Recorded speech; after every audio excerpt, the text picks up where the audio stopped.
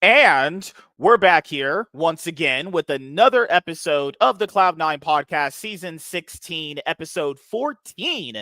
So I hope you guys had a great day, and I hope you guys have a great rest of your week that is ahead of you. And in this episode of the Cloud9 podcast, we are going to be talking about the 2025 League of Legends offseason, and it will begin in this episode with Gumayusi leaves T1 ass pussy ass, has found a new home, and Berserker joins Lyon. Also, there is more information coming out about the 2025 League of Legends offseason, as players from other rosters and other organizations are giving interviews and talking about their experiences on other teams actually, and playing for different orgs actually. Gen G is just out here taking mega L's as far as like coaching staff that they're announcing. T1 can't keep a player because that org is trash. They just don't respect them players enough. Chovy for life. Chovy's the GOAT. But we'll get all into that in a minute here. But joining me here in this episode of the Cloud9 podcast, talk about LoL esports, NBA, sometimes NFL, and life is Mr. Blanks. What's up, man? How are you doing? Ass pussy ass. That's how I do women. Sticking an ass first, pussy in the ass again. T1 L. You can't spell T1 T1 L. World, nigga. They got Doran World Championship. Or maybe Doran just wanted to sandbag so hard he got the T1 offer so he could win Worlds. Doran got a championship before Chovy, my nigga. BDB got to a finals before Chovy. I'm just sad that P06 is a World's Championship jungler and Peanut isn't. That'll always break my soul. Yep. Oh my god, man! Barrel a championship. Yeah, because the only players that on the Gen G roster that have won Worlds is Ruler and Canyon. That's why I think Canyon's been. It's weird because he still is a really good player. Canyon don't give a fuck. He already got his shit. I don't know if he's a straight up robot, but when they interview him, he's just like, yeah, I won Worlds. All right, okay, fucking hell, but. We're going to go over some stuff here. The Knicks, they could have won last night. Yeah, they... Fucking Karl Anthony Towns with that easy fucking layup they had, because they got the Heat in a position where they took free throws, so they didn't get the three off, and then fucking Karl Anthony Towns just misses the easiest layup known to man. They just lost. I would still say the Knicks are competing with the Cavaliers and Raptors for second. They're all just right there competing for second right there. The Pistons having their best season since what, 2005, 2006, mid 2000s. Yeah, 2005, yeah. Fucking crazy. 13 straight wins. I'm going to be honest with everybody. Every team's going to have their win streak broken when they face the Thunder. Actually, the Thunder, they said if they keep winning this way, they are on track to beat the Golden State Warriors record for the best record in the NBA history. I think because Golden State was what, 73-9? Yeah, I think they might get to 70 games. I think they get to 70 games. That's the sweet spot. You don't need to break the record. Like, see, with Chicago, they weren't trying to break a record. They were just beating every team that was not on their level. Chicago, there were just some teams where Michael Jordan didn't even need to play. They could have won. That's how shit some of those teams were in the 90s. Oh, yeah. Oh, LeBron had better competition. Not really. Well, LeBron got more spread out competition. Like, it don't matter, though. That argument for people is really weird. Like, you look at the quality of players that was just back in the day. Like, oh my God, that famous Celtics guy. I always blank on his name. That famous Celtics dude. Yeah, Larry Bird. Yeah, Will Chamberlain, Magic Johnson. You had Shaq back in the day. You had like Draymond Green says, I mean, I could dominate Shaq back in the day. Draymond, you got your ass whooped by Wemby. Shaq would have ate your ass up, Pauls. Oh God, I would have been putting nuts on your forehead, nigga. You would have been. I will say, Draymond Green could have been really good defensively back in the day, but against the best players, Shaq. Shaq would have put. Shaq need like 4 people to guard him in his prime. Yeah, Shaq out here legit needed like an entire team to guard him. Shaq out here bringing backboard. This nigga out here bringing backboards. Then one time I remember one play, the famous one, where he threw that ball, hit the backboard, and just went and just dunked it in front. What the? You remember the time he dunked on the motherfucker? jumped on him and then pushed him off, and motherfucker went right into the crowd. Oh yeah. That would be Draymond. Draymond would have got dunked on. Shaq out here just dunking on niggas. Because when people say they're playing against much better competition now, I don't know about that. I think it was way harder to win championships back then. Better physique players, because we got a lot of these motherfuckers out here are more in the gym. But you gotta realize some of these motherfuckers back in the day were hitting weights too. Like Karl Malone was a motherfucking beast back in the day. You see how big Wilt Chamberlain was? He was a monster. Look, Wilt Chamberlain fucking ginormous. He wasn't even really weightlifting. He was just fucking weight bitches. You know what Magic Johnson looked like back in the day? When people were ginormous. Kareem Abdul-Jabbar, he was just a giant. How Draymond Green guarding Kareem? Oh, hell. Nah. Kareem would have ate his ass up too. Pause. Mega pause. Yeah. Pause. God damn. Good Lord. Dude, the Warriors, that one white guy they have on the team, do you think he intentionally injured Wemby? Because if you look at that play... Wemby he's very fragile of how tall he is. It was Brandon Podziemski. Remember when because like to injure him. I don't think it was. It looks so. It looks so intentional. Did you think the first time a Warriors player injured a Spurs player and everyone had conspiracies about it? You remember back in the day it was Kawhi? Yeah, because Brandon runs next to him on the court and he puts his foot right when Wemby's about to walk and just trips him. That one looks suspicious like a motherfucker. That one looks so sus, bruh. What's crazy is because like Draymond's like whenever anyone plays against us, they always feel like they're playing against they just play even better. He feels like because it's the Warriors, you don't lose to the Warriors. Same thing that the Lakers always have. It feels like whenever someone plays against the Lakers or the Warriors, they just gotta play their best. Like how LeBron does with the Knicks. He'll I'm not playing the Nets, but I'll play the Knicks at Madison Square Garden. I already got a shot from Madison Square Garden. Hey, oh my God, man. But you know, we're gonna look at some of these games. Oh, James Harden, I want you to be the MVP this year. I think you're doing so good. But why are you shooting bricks? Why you out here trying to pass motherfuckers that can't shoot? Yeah, that last game he played against the Sixers, man, just shot 2 bricks in a row. I'm like, man, James Harden literally stuck his whole hand. James Harden stuck his whole hand up Maverick's butthole. They actually dug their shit out. Just he couldn't miss that night, guys, if you even asked him to. Hey, black man, could you not shoot good? He'd be like, nope. But against the Sixers, he just decided that he has these random games where he could straight up just end the game by just himself because he's just that hot that night, or he does that thing that Chaz said where he'll pass it to fucking whoever on the team. Dude, what are you doing? What are you doing? Why are you trusting them? He doesn't trust. This is so weird about James Harden. He doesn't trust them for 4 quarters of the game. He's like, no, I'll just trust them to win the game for me. What the? Oh, God. That's why he didn't go to college. I can tell you he didn't go to college. Oh, God, he's so dumb. He went to college, but he wasn't there long. He probably did. You know the crazy part about it? Without the beard, James Harden looking like a crackhead. He needs the beard. He's one of those motherfuckers that needs the beard. Have you seen James Harden without beard? Remember back in the day, he didn't have hair? I was like, you kind of need hair. You ugly. Yeah, I was like, God damn, man, you look like one of LA crackheads. Oh, God, man. The Clippers, it's so crazy, guys. I hate watch most of these teams in the West. I'm sitting here hate watching the Clippers, and I'm sitting there going like, James, why? It's either he could win the game by himself or he trusts a guy that has. I'm not kidding, guys. The next person on his team with his second closest points is Kawhi, and he's out because he might go to jail. But mine is him. Didn't Paul George just come back? Or Chris Paul? You mean for the Sixers? No, that's the Sixers. My bad. Paul George's on the Sixers. Right. So like, it doesn't matter because this motherfucker ain't played like 2 seasons.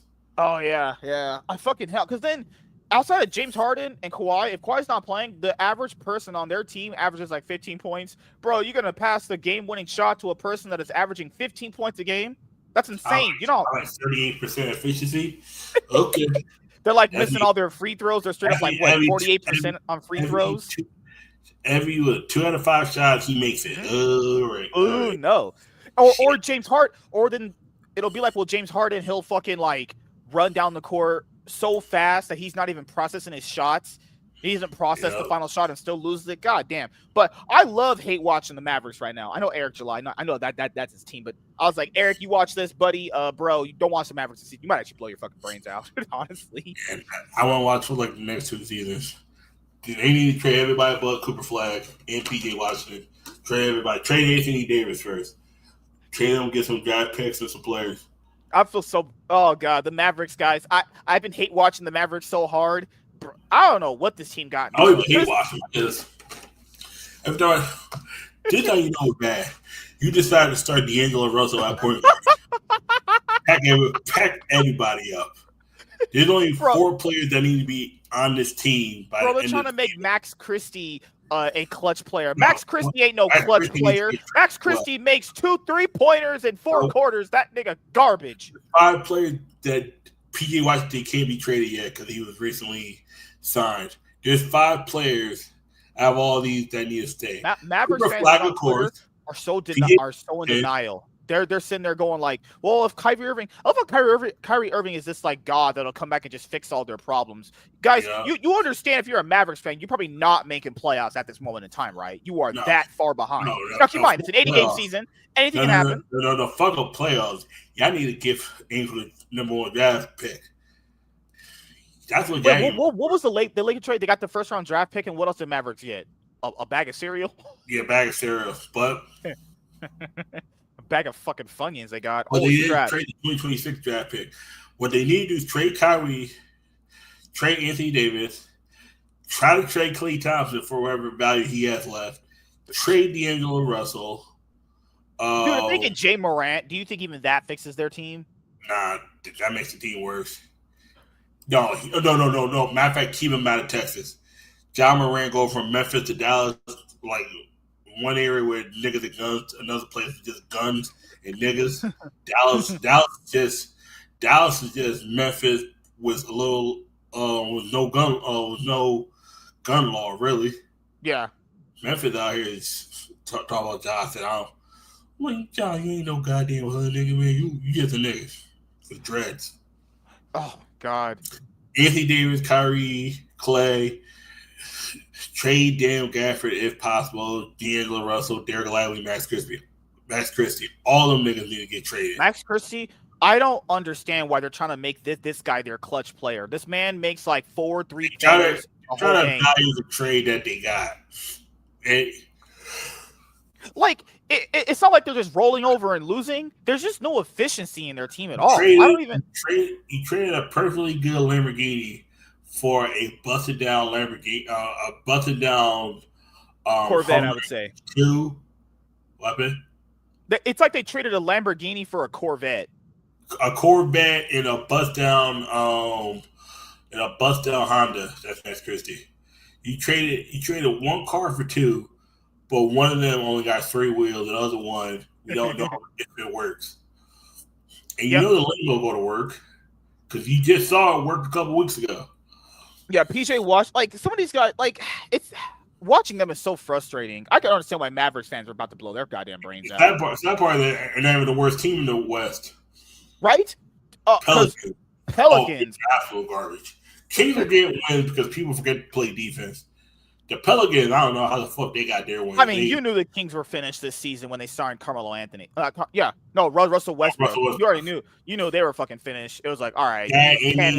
And he kept DeMar DeRozan. I was like, oh. Didn't they? They literally signed Russell Westbrook fucking the last minute. They had no one want to go to their team. Pelicans, they're just L's, back-to-back L's, just getting fucking fisted this year. All his weight don't matter. And he just fired their coach.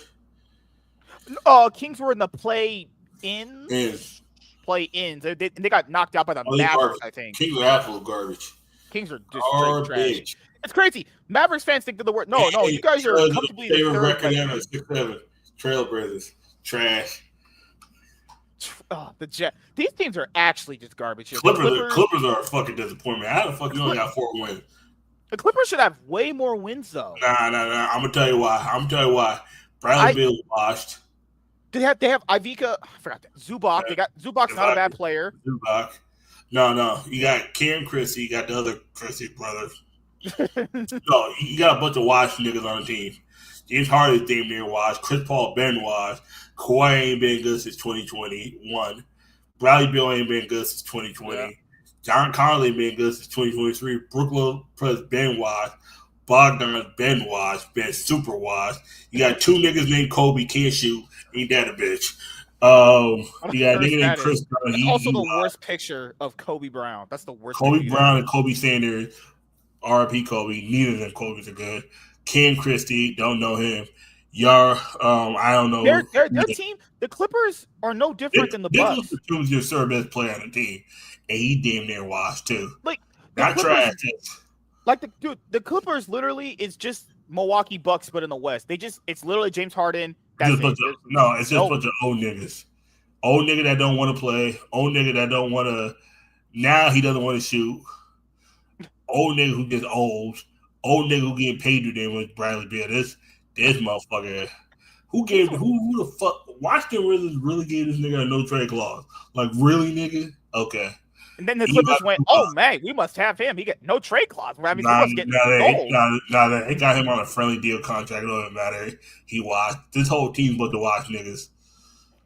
But it feels like they should have more wins in this conference. They should have just based off talent alone, but they washed. They watched like a motherfucker. Like, because I know James Harden was like, it doesn't look good right now, but we're still going to fight. Fight what? You're 11th. What are you fighting? I'm below the Jazz, nigga. Jazz. What are you? I don't even know. What are you fighting for, James? I know your team. Okay, you're better than these trash, but that's it. That's better than Utah too. Jazz. Oh God, both conferences look like. People always say the Western Conference looks that much better. I don't know, honestly. The place not this year. Not this year. I don't know. This is just a coin toss this year. You know you're bad when the Trailblazers in ninth place at 8-6-7. Get the fuck out of here, really? Yeah. They started out 5-2. Not bad. 5-2 and then ended up 6-7. You know what's crazy? 5-2 week 2 weeks in. We're week 4 in? Nah. Yeah. This one. I always say this. Don't got the first 2 weeks. Look at how the weeks progress and like the weeks. Look how 5, it 6, gets 7, 8. Closer to season good. This is how you know a season's if a team's 10 games under 500 at Christmas, they still have a chance, but they might be cooked. If a team does not have 10 wins by Christmas, they are cooked. Oh yeah, I'm telling you right now. That's how you should look at it. Like the war. Also, congratulations to Steph Curry, third player of all time, over 30 years old, to hit over 45 points a game. The one that has the most is LeBron. The second one is Jordan. So he got that nice little accolade there. Curry's damn near almost 40 years old, putting out 43-point games. Like, God damn. Warriors, if he ever left Golden State. Oh, GG's. Fuck. What does the Warriors look like if he ever retired? If you went, what? I'm done. Like, what if Faker ever retires? Just league might be I'm pretty sure people right now are only kind of just. I'll be honest here. I wouldn't be surprised if a lot of the viewership is just him playing. Even if you're not a Warriors fan, you watch the Warriors because Steph Curry's that good. Yep. 45+ point games at his age. What's crazy is I think Jordan has like 10, LeBron has like 11, Curry has like 9. What the fuck? Fucking LeBron. So that means Curry needs like what? 2 more. All of Jordan's ones was him winning championships. LeBron was like, I'm gonna get to the second round and lose. Oh God! But like the Warriors, they were losing. They started out pretty good. They lost a lot in the middle part. They're starting to bring it back. I think I would probably have them as like the 4th team in the West. Nah, I got about 6 right now. You have because I don't really think the Timberwolves are that good, honestly. Now, Timberwolves ain't that good. The Rockets ain't that good. There's only 2 legit teams. The Spurs are going to be in trouble for a little bit here because Wemby's going to be out for what? It depends on how long Wemby's injured. No, my thing is estimate is 2 weeks. My thing is how does the point guard do if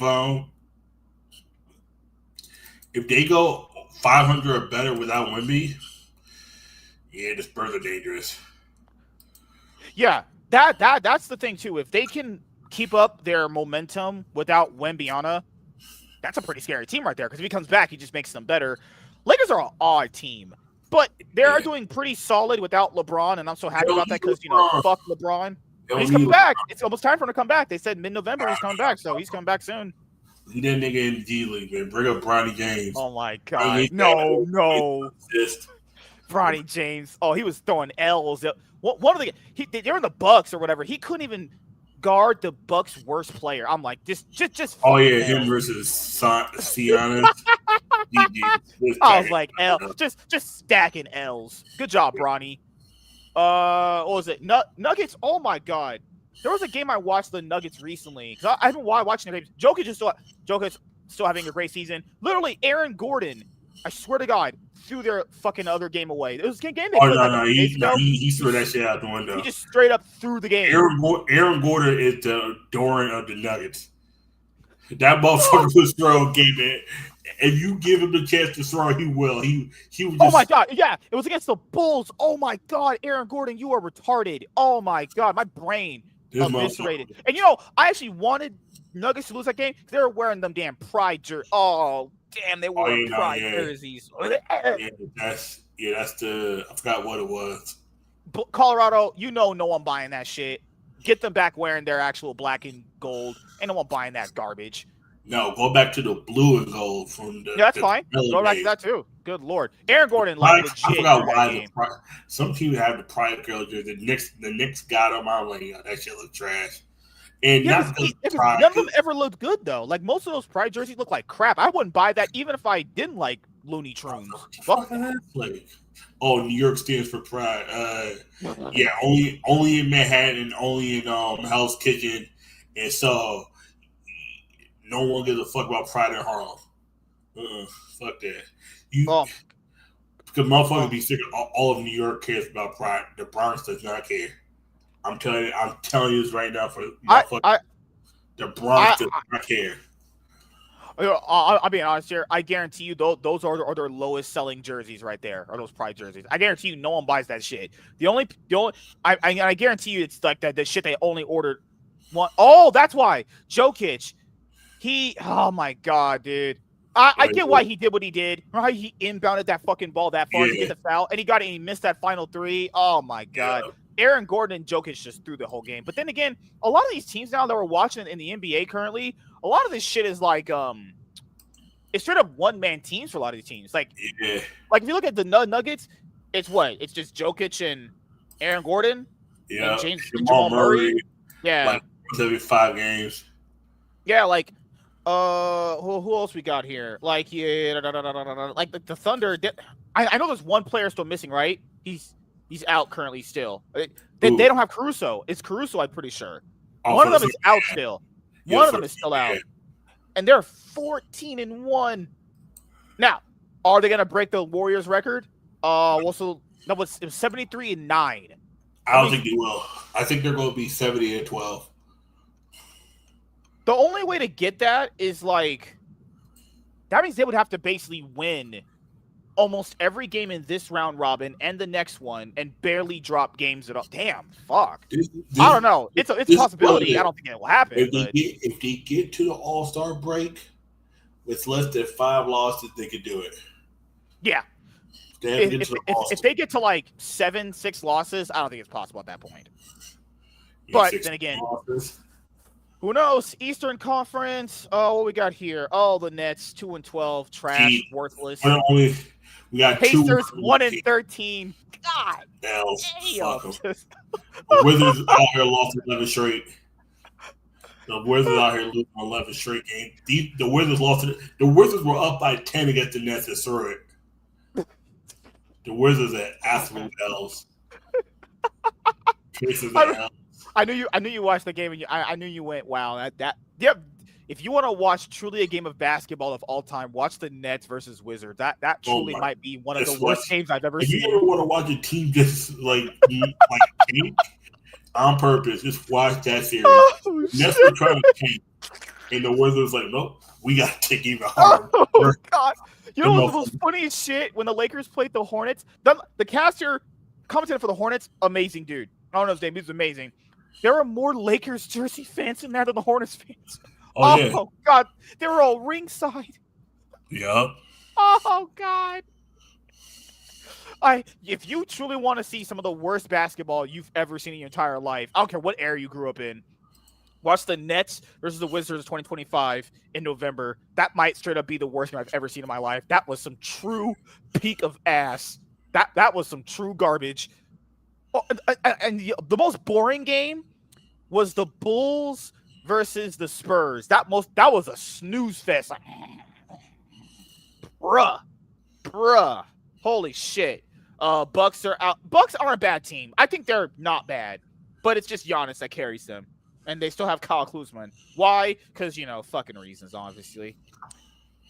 Knicks lost to the Heat, but they beat them before. They're still, they got solid fourth right now because the Sixers also got a win. The Hawks, I don't think this team's that good. The Heat, the Raptors are a surprise.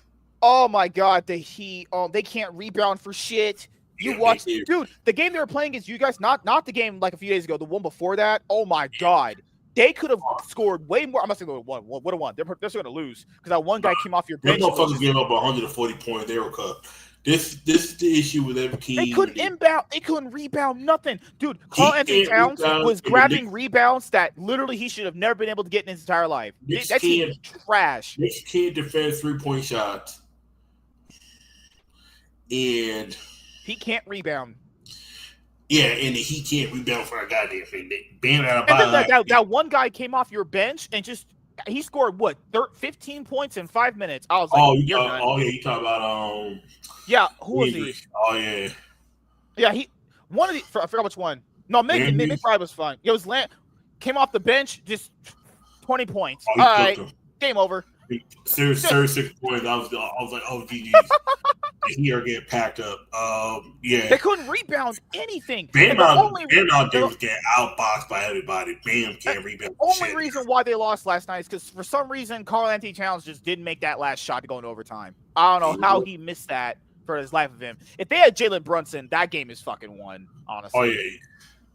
The Heat are so boosted, but then again, you can't be as bad as watching the Pacers is sad. If you're a Pacers fan, you might just contemplate ending that shit. I'm not lying. That shit is bad. The Wizards, I would say the Wizards would contemplate ending that shit, but the Wizards been bad for like 5 years. The Wizards have been good. When was the last time they were ever good? John Wall. That was 2020. That was the last time they were good. And before that? 2018. They were consistently decent. Oh, so they're like a team that's always pretty much there, kind of. They're always in the middle. But they're never good to get to the top. They're not the bottom. But they're always in the middle. Is that just SK Gaming? Yeah. Once they trade away John Wall and Bradley Beal back-to-back seasons when their team imploded. But they also were injured. Like, because Washington, the issue with Washington, they were stuck in on the East with LeBron and Toronto and Atlanta and all the teams. Oh my God. I'm telling you, man. Hey, I've been having so much fun watching basketball again. It has been a blast, honestly. Yeah. I'm so glad I came back. Watching fucking the Pacers fall apart whenever everyone's like, no, man, I hate when people do that. Oh, we were good this year, so that means next year it'll be even better. What logic is that? What kind of, you weren't good? Come on, guys. The Pacers only got good in that specific moment, in time, that small pocket of time you were good. Before Pacers were good for Pacers. They were fourth. They were fifth place, but the Eastern Conference, even you said last year, was pretty jank. It was jank. It was once we realized the teams were you, the Celtics, and the Pistons, and then the Bucks. No, not Pistons. Cleveland. Oh no, Pistons were sixth. Yeah, you're right. Yeah. It was Cavaliers, Celtics, you, and then the Bucks, and then them, and then Pistons. God damn. They thought that was actually hard. If any of you Pacers fans thought your league was hard last year, you might actually want to quit this game. Go watch competitive volleyball. That'll be more up to your speed. God damn. Yep. And they weren't even, come on, in how bad the Eastern Conference was last year, you weren't even third. They weren't even third. You were like fifth. Yep. The Pacers had the best coach. That's all it was. They had the best coach. If we would have had a better coach that knew how to use the bench. You had the coach you had now, there's a good chance you may make the finals. Nah. The coach you would have played your bench more. Yeah, true. But it's just like, I hate when people do that sometimes. Oh, we'll just be better. For what possible reason would you be better? You were already fit. Kyrie got injured, and every other player after him got injured, trying to duplicate what he was doing. Oh, okay. Before we go and talk about league stuff, this is oh God. And James is like, I like black girls. Oh, James, stop it. Oh my God, sorry. Unmute. Tell me your deepest, darkest secret. But look, A, you can turn around and show your face to the world, or B, you can walk away and nobody never know who you is. A nigga ate my ass in the movie theaters and he threw up in the popcorn. You want to show your face or you want to walk away? Walk away. Yeah, pretty sure you walk away after that. Nasty bitch. Oh my bad. That was a. So a guy ate her ass and then he threw up in the pop. Yeah, because your ass probably stink, bitch. The legend of black women not being clean is just Bitch, insane. why would you even say that out loud? Don't even remember. He gave her option: show your face or walk away. Now you get the walk of shame. Just bitch, you could have just walked away and not said nothing. Oh god, there was one where this dude was like, "Hey, I was having sex with a special ed girl and she was making all kinds of noises, like elephant noises, so I just dipped." What? I was like, "What the fuck?" Ate her ass and threw up in the. Why in the popcorn? The floor is right there, but the floor it was splatter. It was splatter everywhere. But then again, I don't know if they were around people though. But then again, I don't really. In public, nigga. No, but this is my thing. I stopped questioning the logic around black people. I'm just like, all right. You eating a random black booty in public? Nah, nigga, you wild. I can understand she's Puerto Rican. Oh god, only random ass I'm eating in public is like a Mexican. Like lemons. Ew. No, she's like she always tries to keep her asshole clean. I always ask her she's like I like to keep my booty clean. I hope you do. Like that's not you don't have to brag about that, but I hope you do. Yeah, gonna stick my dick in it. Oh my god, dude. Women are so weird. I can't stand women. She could have just said nothing and left. You know that, right? She didn't have to say that. Because he didn't ask for anything. He said he could have just walked away. Oh god, man. I love women, dude. When women give us the most unintentional, funniest shit ever to look at. I'm not eating ass. Orange, you wouldn't eat your wife's ass. If she cleaned it with like a baby wipe and everything, you was clean. You opened it. You saw it was clean. You wouldn't eat it. You wouldn't just put your tongue in there for a little bit. Like dip your fingers in, see how far they go in. MSK, you's a wild motherfucker. You know that? You're gonna eat your wife's orange. You're gonna put it in her other hole where she squirts and creams into your dick, but you won't eat her ass. Come on, dude. I know you freaky like that. Stop it. Stop it. Cream. I know you blew her back out where she's squirting cream and you won't eat her ass. Come on, Orange. Stop it. Stop it. I know you lying to me. Stop it. I know you. She was like, "Come on, Daddy, eat my asshole, please." And you were like the way Winnie the Pooh eats the honey.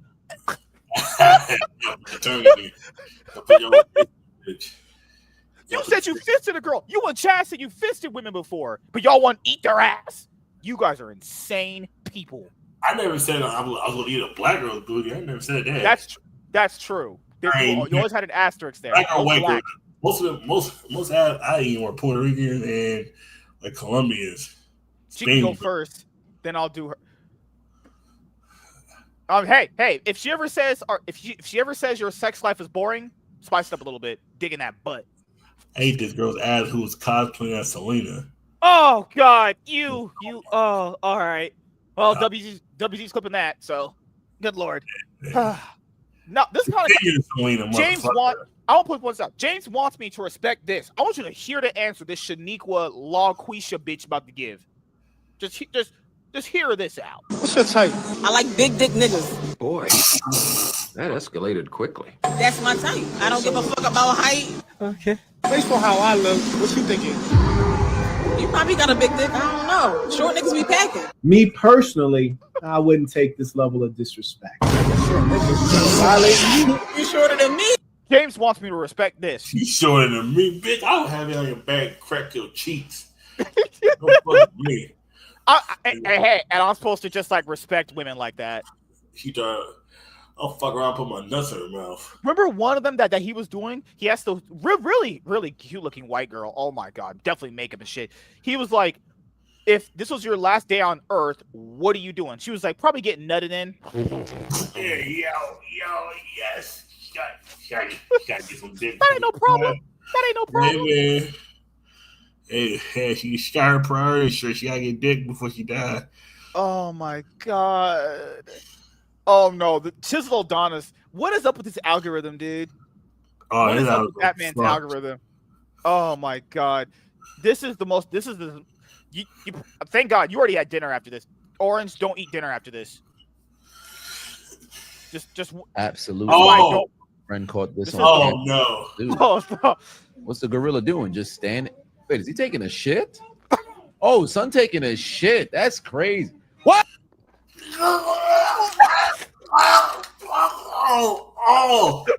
I never finished. Now I'm done. Nope. Delete that motherfucking ASAP. I'll be honest here, guys. That I usually watch all these reels fully. I can never watch that fully. I literally dipped out. Gross. Yeah, nah. Oh delete my that. god! Delete that nigga, man. Did you see that? Did you see that one in the gym where you know how you have those elastics where you can do more things? This girl was doing a pull up with the elastics and it popped and it hit up her fucking vagina, and the guys helped them. The guys helped her off of it. Then the Mexican dude started sniffing that shit. I was like, Oh, I saw that shit. Yeah. Yes, he got sniffed the vagina sweat. That's how you get pink eye. Good lord. Oh hell no. That's how you get chlamydia if you ain't careful. I'm told there's some ass eating going on in here. Dingus, I know you like to dingle in the booty holes, but Dingus is 21 years old, so we're like older. We're like 30. You're like 35, right? So you're younger, Dingus. I know you're gonna go to college recently, or you're gonna go to college eventually. I think you say stuff, and I kind of somewhat remember on it. You're white, you know. So I know you're gonna go to college at some point. He white? Oh no, he definitely eat ass. White niggas eat ass. That motherfucker's the one that started it. Dingus, if you ever go to a club and you meet a girl. Well, you're kind of a nerd, so that'll probably happen to you. Make sure it's a girl in the first place. Yes, do not get tricked out here by these new girls that exist out here. Transformers in disguise. Yeah, these girls with cocks. Yeah, you don't need to end up taking a two singing as a 10. You wake up at 10 with a 2. You gotta be careful. I'm currently going to college. All right, so since you're going to college, if a girl comes over your dorm room and it's like, "Hey, can you eat my butthole out?" Make sure she wipes it with a baby wipe first. Don't just go in head first. If you go in head first, you'll be dead. That's how it works. If you go head first in that, you're gonna die. Always have a pair of rubber gloves just in case. Play doctor with her. You gotta stick your finger in there and make sure it's clean. You gotta role play with these bitches. Dingus, what state of what the hell did you just say? Yeah, some of these bitches is nasty. You gotta play doctor with them. Hey, baby, you want to role play? I'll play doctor. Put these medical gloves on. If I did that. Oh, before we get to going over league, because I know that's why most of the viewers are here, even from Twitter. Sorry, we're having some fun. What we do before we talk about league, we have some fun. That's what we do, motherfucker. We have fun. So, all you T1 fans out there, these Stan accounts. Oh my God, Carrie, I love you. God, go to bourbon, them niggas out there. These niggas out here trying to suck at Doran. It's like there was one motherfucker. There's one. I don't know. He said, Doran, you can come and fuck me, and I'm like, what the fuck? I was like, all I hear is golly, sucking freaking penis, bro. Get off his penis, man. Jesus Christ. Get off of this man's meat. I was like, y'all niggas. Oh my God, Doran. They would say, oh, Doran's better than they used. Oh no, I had a comment. These niggas out here dicky. Did you see this comment this person liked? Oh my God. So I said the reason why Zeus didn't have a good time in Hanwha Life is because Zeus is really good mechanically, but he doesn't seem like he's very smart macro-wise about the game. So he looks kind of lost in game without any direction because, you know, Faker kind of does a lot of their macro shot calling a lot in the game. He kind of tells them what to do. So without that, we even said here, if Zeus goes to Hanwha Life without the macro guidance he had on T1, he's probably going to be in moments where he's not going to do well. And this guy was like, but overall, I thought Doran was better. I was like, bro, you watching games with your screens off because Doran only played better than Zeus at the road to MSI. Even when the summer split, you know, T1 was better than them. Yeah. Doran really wasn't that much better than Zeus, though. It's most of the fact that Zeka and Peanut were having choke-offs together. Yep. Oh, yeah. I'm just saying it. like you could say Doran had an overall better year than Zeus did, but Doran had a better upside to him. Like he always had. Doran always you always expected more out of Zeus. Yeah. Because you knew Zeus. Player skill and everything, yeah. Yeah. But you always felt like Doran had the better upside. Like he whatever team he was on just fit better. Because he didn't demand much. Oh, and we're going to get into the big news tonight. What did Ludacris say? Too Fast, Too Furious? It's an all time of the night. Oh, T1. Oh, T1. My favorite team to look at. T1 was about to win. Number 7 was Paige, bitch. I hope not. Then I swear to God, if we win with Paige, it might be GG's. Everyone at least is going to give up. Number 7 for Paige. Paige, Doran gets his second. Doran gets his second world championship. Oh, there's so much to go over. Oh boy, baby. Let's get into it, guys. Imagine if Doran says, "Hey, guys, I'm going to retire," and then T1 takes King from Genji, and then they win another championship, their 5th straight. Because T1 can offer more money because they have that Saudi sponsorship. And then Kerry has to do the military thing, and then we take over Duro. We win number 6. I heard.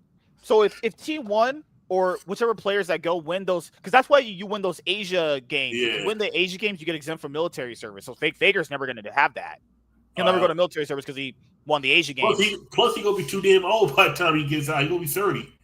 Do you want a 30-year-old with arthritis? That's what Faker got. He has arthritis. Motherfucker, Impact was 30.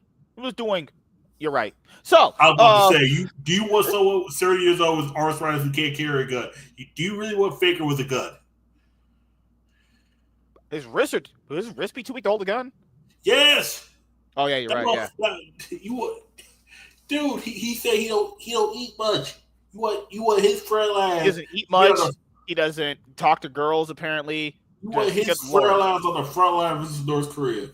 All right. Let's go. So we're going to get into the big news of tonight.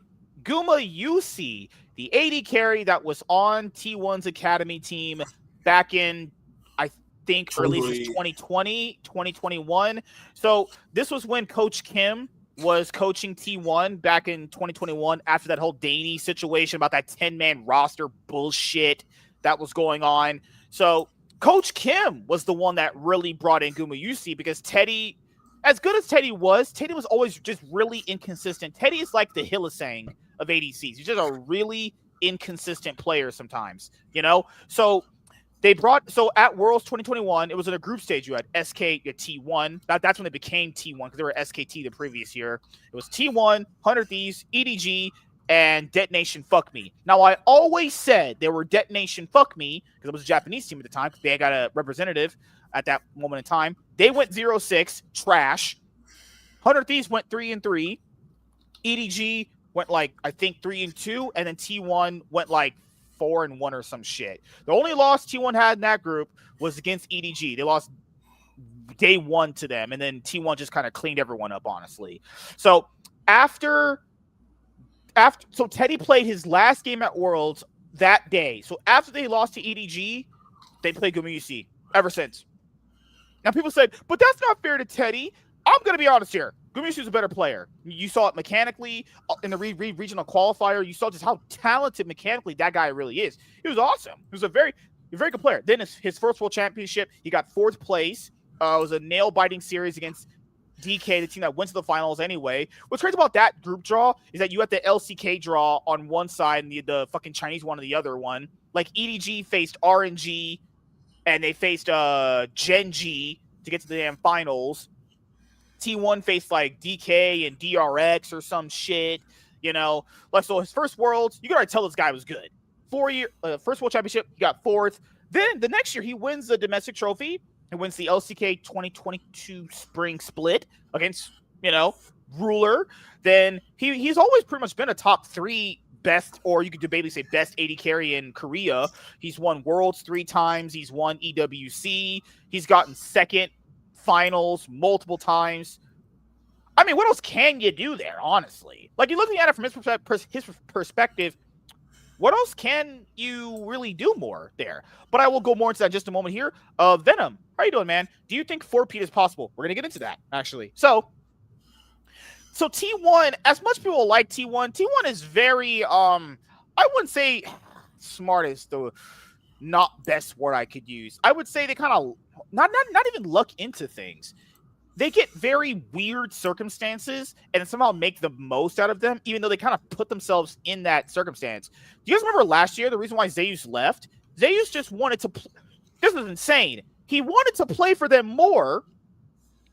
He even said, I'll take the less money you're going to give me over Hanwha Life. I just want to play for you 2 years. And they said, no, you're going to get this money for 1 year. So they let Zeus go because he wanted to play for their org more. Like, that might be, honestly, the stupidest thing I've ever heard in my entire life. And then they wanted, remember James, who was like, no, man, T1, just sucking meat. Just, he was out here just sucking T1's dick. I'm like, no, T1 literally ruined their own deal. He said, I'll take your money. Just give me 2 years. I like playing for you guys. Nah, 1 year. Fuck you. All right. But then again, this only worked because they won Worlds. Had they not won Worlds, that would be even worse of a decision they made, honestly. So they didn't get Zeus. They panic signed Doran. Doran, I know you just won Worlds, buddy. But Doran, you're the girl that gets called when the 3 other hotter girls decline that dude. That's what happened. Yeah. Because T1 made a big fuss about Zeus not re-signing with them. They're like, oh, it's the agents. It's the agents. They're the reason why we didn't get Zeus. No, you didn't get it because whoever was making that decision was stupid, actually.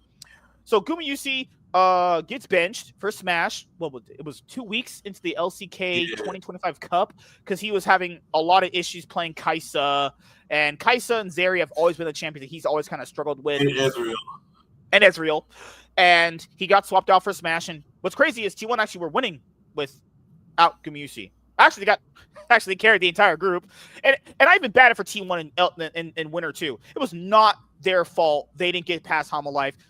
They literally got first place and didn't get double elimination. The point of the domestic leagues is supposed to have double elimination. If you get first or second, you can choose your opponent. T1 carried their group. Then somehow, if they had not beaten Nongshim, they would have been in the same place that KT had been in. And KT got double elimination despite having a way worse record in another group.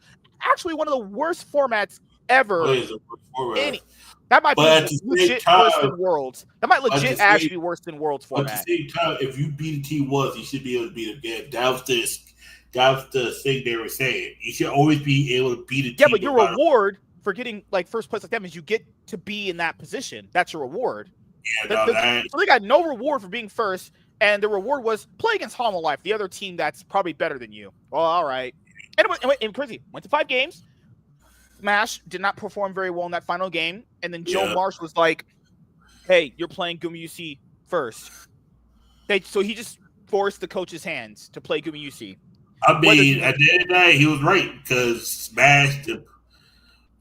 Yeah, because after what? So they swapped him out for a couple series, and then it was after that Genji won. It was after the Genji won with that really, really close series against Genji.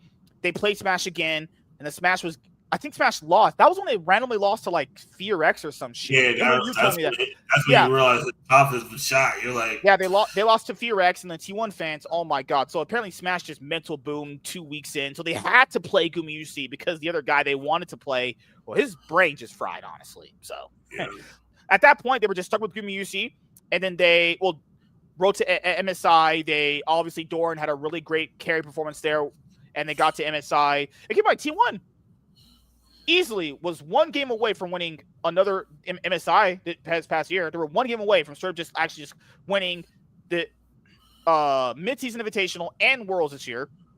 They go to EWC. They do lose to Anyone's Legend, but Anyone's Legend kind of you've seen can play them pretty well. They do lose Anyone's Legend, but they did end up clapping up G2, and G2 were like, we're better than T1 now. No, you're not. They just beat the shit out of this guys. No, damn shit out of you. Doran played his toxic. Like, imagine Broken Blade lost to Doran. That's so sad. Doran's not even considered good. Yep. It's actually incredible how Western top laners can lose to Doran, someone they don't even consider good. You guys don't think he's good, but you get I don't want to say these people's logic anyway. So You got Summer. T1's pretty good. Actually, they're the second best team in my opinion. Hanwha Life were only clutch. Hanwha Life were just clutch in 2 specific series. T1, obviously, they play IG.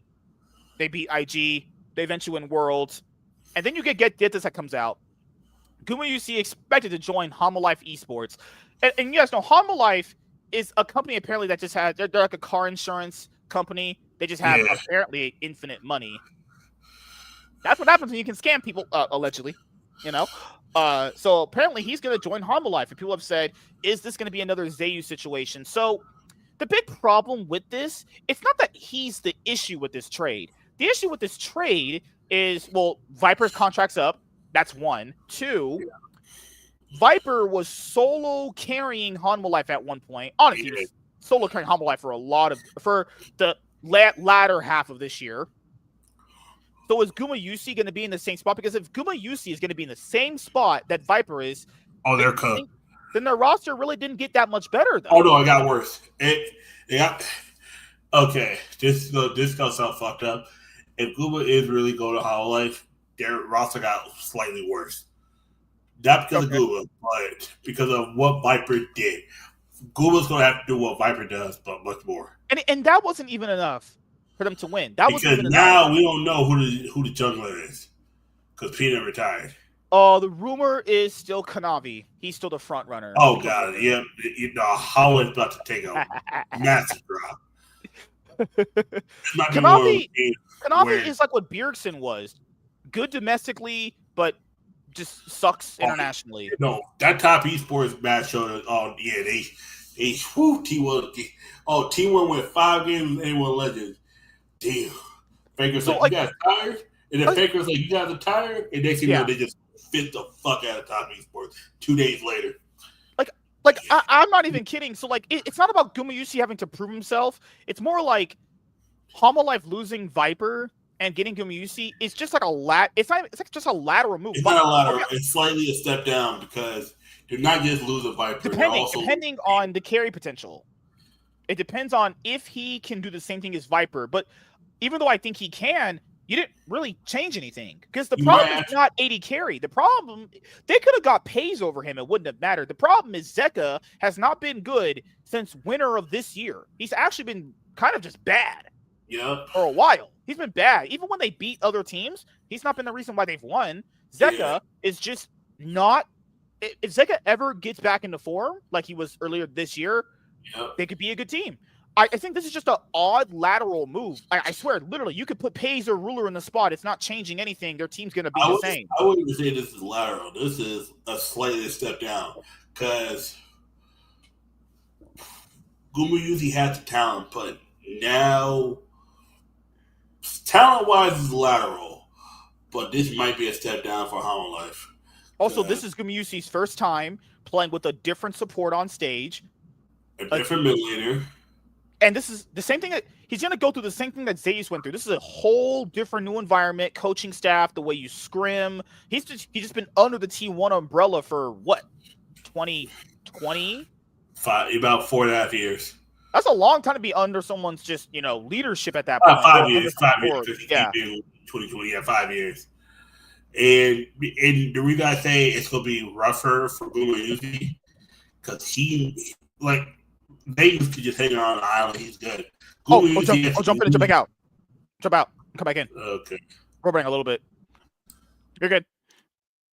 Okay. I hate these fucking things. Zeto FGK. I hate these names.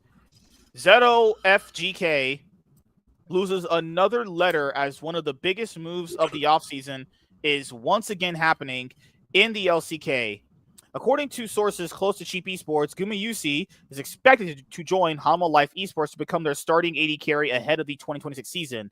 The now former T1 player has received a massive offer from Hanwha Life, which he has yet to accept. That's what I think happened too. I think, because keep in mind, he's never been a free agent before. He doesn't really know what other people are going to offer him, honestly, for their team, So that's another thing too, is he only re-signed for 1 year, and people said it's a smash situation that made him do it. It could be a myriad of things. He's just kind of It done. was He a grew up a combination. lot. It was Smash. It was his confidence getting wavered. He didn't like. I think if Tom was the coach, he still there. But Coma being a coach, I could tell Coma didn't have faith in him. But then Smash lost faith in himself. Now you're stuck with two players. One doesn't have confidence. One has confidence, but probably doesn't like the coach staff there. Plus the death threats, all that shit. We want Smash. We want this. When Smash did good. When Smash failed, you got that whole situation. Yeah, T1 fans are just. I think with Guma, I think him moving on is great, but I don't think he makes Hollow Life any better than they were last year. Yeah, do I think Gumayusi is a great upgrade over Viper? No. I think Viper is. I don't get why people were trying to compare them. They're. If you just look at how they play, they're literally about the same. Viper, the hyper carry that really doesn't need a support, while Goober needs a support. I think Goober could play a champion better than Viper, certain champions better, but Viper could just carry a game solely if his other teammates are not. Yeah, so like, keep in mind, guys, if people think Viper is a very good, it's crazy. Viper already proved he was a very good ADC a long time ago. He fucking won Worlds in China. You know how hard that is to do? Yeah. That Viper couldn't work with Delight. The only person that could ever really work with Delight was Pays, but that's another day. So Viper, guys, couldn't play well with Pays. Oh, my bad. Viper couldn't play well with Delight. Yeah. Gumayusi Delight, I don't know if you guys are, because keep in mind, a lot of what Gumayusi was able to do was enabled off the back of Carrier. A lot of it was. And keep in mind, that's just a support role for League of Legends. But Viper was able to just do stuff because without support, honestly. And you look back at the finals games that were just played a week ago, he was behind 3 of those games, actually. He only really came alive the last 2 games they played. Yep. So it's not about them being better. I think they're just, if you're asking me personally, they're about even. But this doesn't make Homolife's roster better. Nope. Right? Because Pays, when you go, because we're going to talk about Pays in a little bit here. Pays going to T1. Well, Pays and Gumayusi, so Gumayusi would be like an A tier player. Pays is like a B+ tier player. Yeah. At this point, we're just kind of lateral side grading at this point. We're not actually getting better. But then again, at this kind of level competition, getting better is pretty hard unless you actually just have the best players at every single position. One thing with Pays is friends with Carrier. I think Carrier and Guma became friends after they became teammates. While Carrier and they never seemed like the closest of players. Gumayusi always seemed closer with I don't know. He always felt like the Lone Ranger out when I was watching their content. He was the Lone Ranger out because it was always Carrier was always the little brother towards everybody. Guma was kind of like, I don't know how to, like that 2022 final when they lost. That was fake. That was Faker was like older brother to everybody. Carrier was like the little brother that. Because whenever. Because like Gumayusi, even me and James had these discussions too. I'm like, dude, if T1 had Viper, they would be just as good. That's what I'm trying to tell they'd be better. Yeah, like this is the thing that you can't have honest conversations about these T1 players because fucking I'm not getting into the Worlds discussion. We did it a lot, but like the nature of Worlds and shit makes people's brains fried on how actually good these players are. I'm not saying Gumayusi's a bad player. This is actually a fine signing. I'm glad he got the bag. Yeah. That's fine. It's not about getting the bag. It's you're on a team. You're getting away from that toxic fandom of T1. T1's a toxic fandom, mostly in Korea. Like outside of Korea, it's not like bad.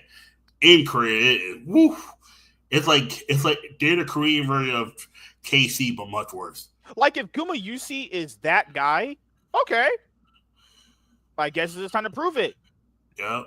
I mean, to be fair, I don't know what the level is here. So like Zeus, the following split after this won the LCK Cup. They won first stand. So if people just want Gumayusi to see if he can prove himself outside of this, I'll say this: they could easily walk in and win the LCK 2026 Cup and go to first stand and win. Pretty sure that's not out of the realm of possibility, right?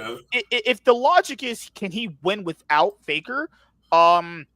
If Zeus can do it, I mean, I guess he can too. If we're gonna use logic like that, but then again, we'll have to see how that'll play out. The transfer would send shockwaves through the League of Legends scene as Gumayusi, a 3-time world champion with T1 and one of the world's most renowned bot laners, would replace Viper, which sets off a domino effect of 80 carry moves among the LCK top teams. And you can't ever have honest discussion around T1 players, but because the fans are so dilutedly stupid. But I understand there are sometimes they're actually playing well and people say like they're not. I get it. But it's times where like last year, I don't believe for 1 second that Faker was the main clutch reason why they beat BLG, but it wasn't the main reason why their team won. Like that was quite literally everyone else but him. Actually, if you watch game 1, when he played Yone, he was Lord sprinting it. To be fair, he's played Yone, he's always sprinted it. For some reason, he just can't play Yone. But it's like, I guess people want to go like, hey, win without Faker to prove yourself. I don't think he needs to prove himself anymore. The thing is, if you think Worlds is the biggest thing ever since sliced bread, but he's already won 3 of them, so I don't know what else you need to prove at that point, you know? Announced this Monday, Gumayusi's departure from T1 symbolizes the end of an era. Since joining the team at the end of 2020, he has been an integral part of T1's dynasty alongside Faker. Together, the roster achieved an unprecedented 3 consecutive Worlds titles between 2023 and 2025. That 2023, this was so free. That's the freest Worlds ever. Redefining competitive excellence on the international stage, Gumayusi is thus leaving T1 for the first time in his career, and this will also mark the first time he plays without Keria as a support. So we'll see how good he is without Keria there, because if people say Keria is the best player in the world, well, I mean, you probably look pretty good if you're playing next to the best player in the world. It's like a whole Scottie Pippen to my Michael Jordan thing. Exactly. If this move eventually goes through, once again, Homolife Esports would make the loudest move of the offseason. Last year, they shocked the scene by signing Zeus right after his second consecutive Worlds Cup victory, trading him for Doran in one of the biggest transfers in recent memory. The deal marked the end of the T1's legendary ZOFGK roster, which had reached 3 consecutive World Championship finals and dominated the international stage. Now Homolife could pull off another major move by acquiring T1's 80 carry Gumayusi. While the rest of the Homolife roster has just been finalized, the transfer would clearly signal the organization's intent to remain a top contender in the LCK after moving on from Viper, who would now explore new opportunities after 3 years of loyal service. Oh yeah, my man played with Zeka. Damn near blew his brains out. Lord Jesus. Oh, this is all just glazing bullshit. Okay, shut up, Lulo. All right, so what is Homolife's roster currently? So their roster is Zeus, Gumayusi, Delight, Zeka. They have to see who their jungler is. LCK, let me go. Yeah, they remain in Summer Cup, blah, blah, blah, blah. Okay, World's Found B. All right, so so Gumayusi is on Homolife, so we'll see how it goes. Gumayusi is the only one confirmed for Homolife. Oh, shit. T1 is Doran, Faker. I'm assuming they're going to restructure owners of cares, contracts. Paid is confirmed for T1. We do know that. Yep. And that will be the next thing we're talking about. Someone that Guma replaced, Teddy's going to be on Brian. All right. Yes. Source 80 carry Smash is expected to join D plus Kia in the LCK 2026 season. So everyone kind of knew Smash was gonna get a team after his debut this year. He played really, really well, minus that final series against Homolife where you could tell he choked. You knew DK needed to get away from aiming. That bad publicity around aiming was, if you guys don't know the story, basically, is they kind of scrubbed everything. Aiming was 19 and dated a 15-year-old. Yeah, I'm pretty sure. In Korea, they said it was legal. I'm like, yeah. We got different rules over here. Yeah, I wouldn't defend that. Yeah, so in Korea at the time, I'm not defending this, but the rules were, if you were around 20, you could, a girl of her age could legally consent to date a man like that. But then the rules changed, and it was like 18, and you have to be like 16, right? Yeah. And it was like, what? Come on. He was 19. God. Like, you knew DK had to get away from aiming because, like, God. When people, so, like, the comments under when DK played on Twitch were literally, man, aiming is plus 15 CS at 20 minutes. So, yeah, they had to get away from him. I'm not kidding. Straight up. Yeah, this is one of those rare times I'd be like, not my culture, then back away slowly.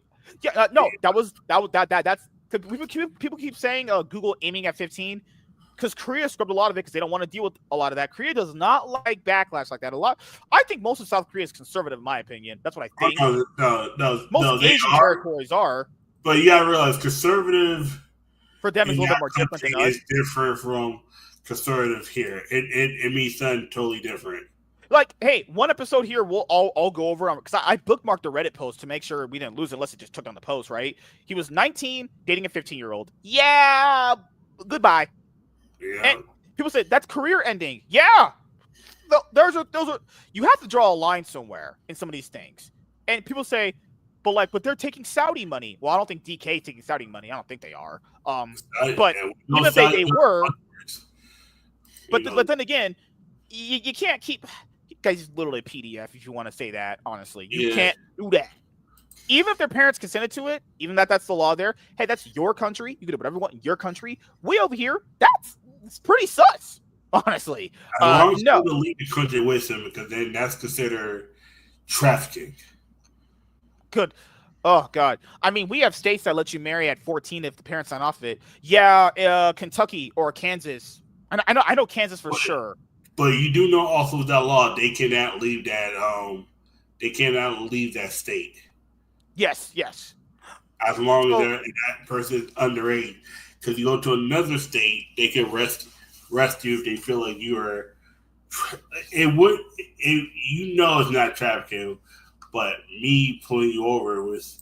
You're about 20. You're with that's how they were able to get Diddy, him pulling prostitutes across state. Apparently, you can't do that. So, but we also know that Smash being as good as he was earlier this year, and he kind of mental boom. So that's my problem with this signing. It's not the fact that you got to upgrade over aiming, because I think Smash is a better player than aiming, minus the life shit he has problems at currently.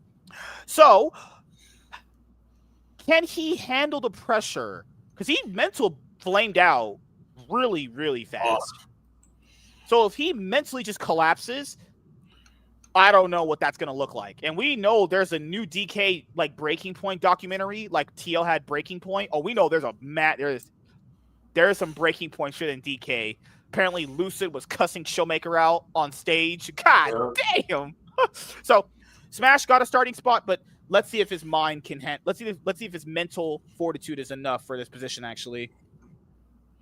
No one cares about DRX. They're trash. We'll go over JDG is parting ways with Wink. Who?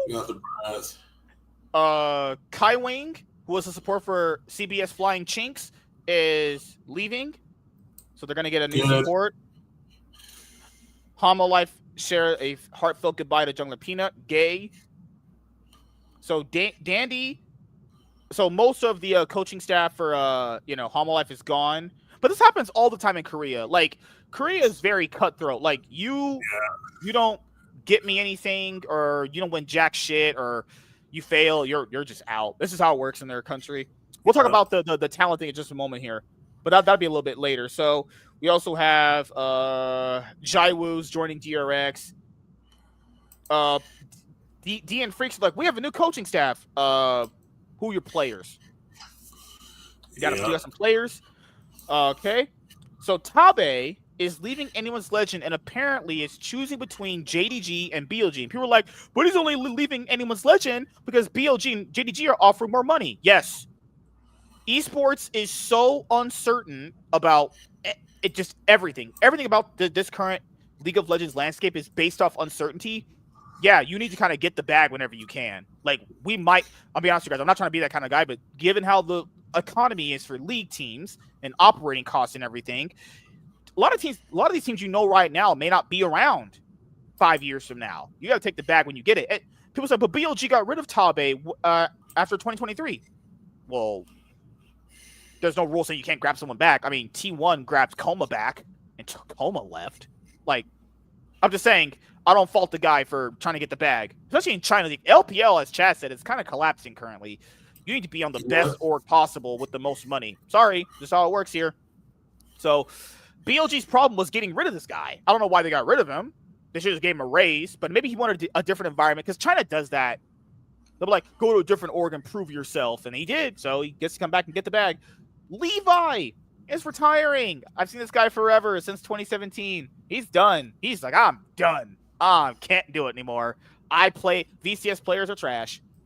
Levi's retiring today on his birthday. The Vietnamese jungler is considered the most successful player in VCS history. 10 VCS titles, 5 Worlds appearances, 4 MSI appearances. That's about as good as anything can happen for being a player in the VCS. Ruby sucks. Ruby sucks. Ass. Okay, so Mako is taking a break. 2021 World Champion Mako announces he will take a competitive break via his stream. I mean, even Jackie Love has said he's taking a break. You knew after all these many years they were going to take a break. Like, Mako's been playing since like 2014 competitively. Man's played like almost straight up 11 years. That's why I think, because we'll get to Mickey X. Did you watch that Rudy Mickey X interview?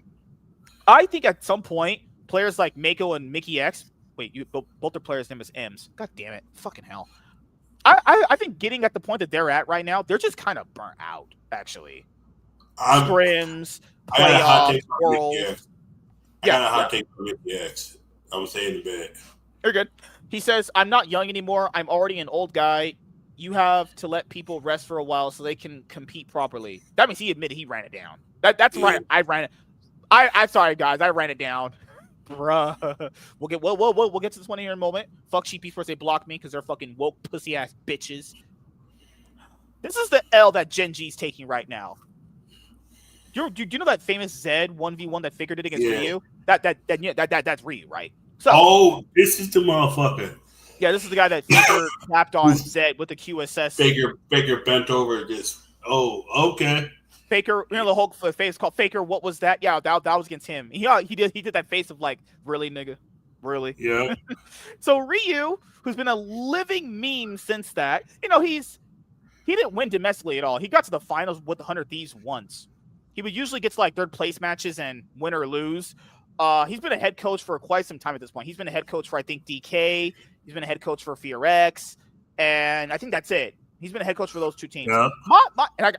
BNK, FearX, and all that shit. So, like, Gen G grabbing him as a head coach, I'm being honest here. No disrespect to Ryu, but, like, you're not Coach Kim. Gen G had Score, they had Mata, they had Kim. Ryu? Because I know Ashley Wong Ching Chong, she was like, but Ryu was highly valuable in the offseason. If that's true, why didn't they just get him last year then? That's a good point. I just don't like the signing. I mean, and he was coaching FearX. Okay, cool. He gets his big break. He has literally pretty much the best players at every single position. If he can't win jack shit with Gen G, I need that year contract up, buddy. Goodbye. This is actually just such an L signing if anyone's actually watched this guy draft at all and play. So, I'm sorry. This is a downgrade for Coach Kim. But Coach Kim drafted badly at World. You know what titles Kim got them? Kim got them 2 MSIs, 4 domestic championships. So, I would cool it down on EWC championship. He got them. We got 2 of those, right? No, 1. Let's see. One. He got the first one. Coach Kim got them like 5 titles. Ryu might not even get them 1. So, this is I just don't like the signing. I think this is stupid. This is so bad. I'd rather you just whatever. Fucking hell, Gen G. Ugh. God damn it. All right. BDS's roster is complete. Do we care? Fuck no. This is BDS. So, Heretics' roster is complete. Do we care? Fuck no. It's tacos. All right. So, let's see. Isma, you know where he's playing? We don't care. It's Isma. That's an L. That's an L for Giant X. Purple Rebellion's roster. We don't give a fuck. We'll cover that stuff later. If it's NA or EU, it's just fucking worthless. We'll just get to it later. And ain't none fuck you blocking me. Has blocked you. We love Looney Tunes in our esports. We want men and women's sports because they don't get sponsorships. We protect everybody except black people. We're not gonna say Wait, this is actually pretty big. You know, I got timed out by one of them because I said, "Why there's no black people in esports?" And then they just timed me out. I'm like, I just asked a valid question. Oh, I'm like, motherfucker, they give me an answer. He just timed me out like little bitches. So apparently, Kespa announces Team Liquid and Cloud9's participation in the 2025 Kespa Cup. For the first time, the event will be streamed globally on Disney Plus. Kicks off December 6th. Oh, speaking about Disney Plus, they're taking over Hulu. I forgot when. Just look up when. I forgot when it is. But Disney Plus is going to start. It's going to start costing $24.99. Oh, I've seen that. Yeah. I forgot what is. Oh, because also they lost the deal with YouTube TV. Remember? They're still trying to get that figured out. No, I don't know if that one's not coming back. No, that one's not coming back. That's mostly because of ESPN. They make Disney Plus price increase 2025. I haven't been on Disney Plus in like 2 months. Disney must have offered them a fat bag for that. I'm not gonna lie. I might watch some more Disney Plus stuff. I might watch Fantastic Four, whichever movie. If there's a movie or show that you want me to watch in Disney Plus, let me know because Disney price hike. Yeah, so you said did Disney Plus price? Oh, we still have to do that video though. I forgot. Yeah, god damn it. I was supposed to do a video because I'm actually going back to we did it. I think we did, right? We talked about the Disney Plus Hulu price spikes. No, we talked about the Apple Plus price spike. So we'll probably do that. Okay, I would say we could do that for a video here, but okay, let me write that down. I'll do that as a video with the other guys on Friday because we'll have to get that done. We'll do maybe not Friday, maybe we'll do it Friday. We'll do Disney Plus. Let me just write it down in my notes so I don't forget. And let me do Paramount. Let's go. But yes, Disney Plus is price increasing. Paramount. Paramount. There we go. Okay, I'm just make sure I have that there. Make sure I have that article there. But yeah, that's a big increase right there. And ads. Disney. So I'll pull over right here so you guys don't know. It's a quick little summary. Disney Plus increased its price Disney Plus increased its prices in October 2025, with most plans rising by about $2 to $3 per month. For example, the standalone Disney Plus ad-supported plan increased from $9.99 to $11.99 per month, and the ad-free plan increased from $15.99 to $18.99 per month. These increases also affect bundles that include Disney Plus and have taken effect for new customers. I think we might have did this video. Maybe no, even when because me, Warren, and we didn't do this one. I think we did something else. I think it was HBO Max we did it for. I did one a couple years ago about Hulu price increase. That was actually one of your more highest performing videos. Actually, apparently there is actually some viewership in talking about prices of streamers increasing. That's why I actually got a video coming out about this one eventually because. Yeah, I'll come back to video. I just don't know. I've been playing a lot of Pokemon. I hit my goal. I'm gonna discuss that. I'm gonna break down all the stuff I've been doing. Yeah, Pokemon wise. That means I just gotta jump on a video. I just been playing so much Pokemon. I don't stream it as much just because I realize I don't really care because I don't mind people criticizing my mistakes. That's not the problem. It's when motherfuckers say they can do it better, and then you see them, you're like, "Yeah, you're trash." Like you just gotta, dude. I'll be honest here. You just gotta for me, anyone that says it, I just flat out ignore them. At that point, you know why? Because I want to challenge people. Because I don't want you to think you could do it, and then you suck. I'm like, all right, cool. See, now shut the fuck up. It's like because it's. To be fair, you also could time them. What I do is I just. Because there was I'm gonna build that Dragon Maid deck and shit on Master Duel, and this guy came in. He was like, "Well, Dragon Maids aren't good." I'm like, "Why?" And he said something because I don't care if the deck's good or bad. I'm just gonna build no matter what.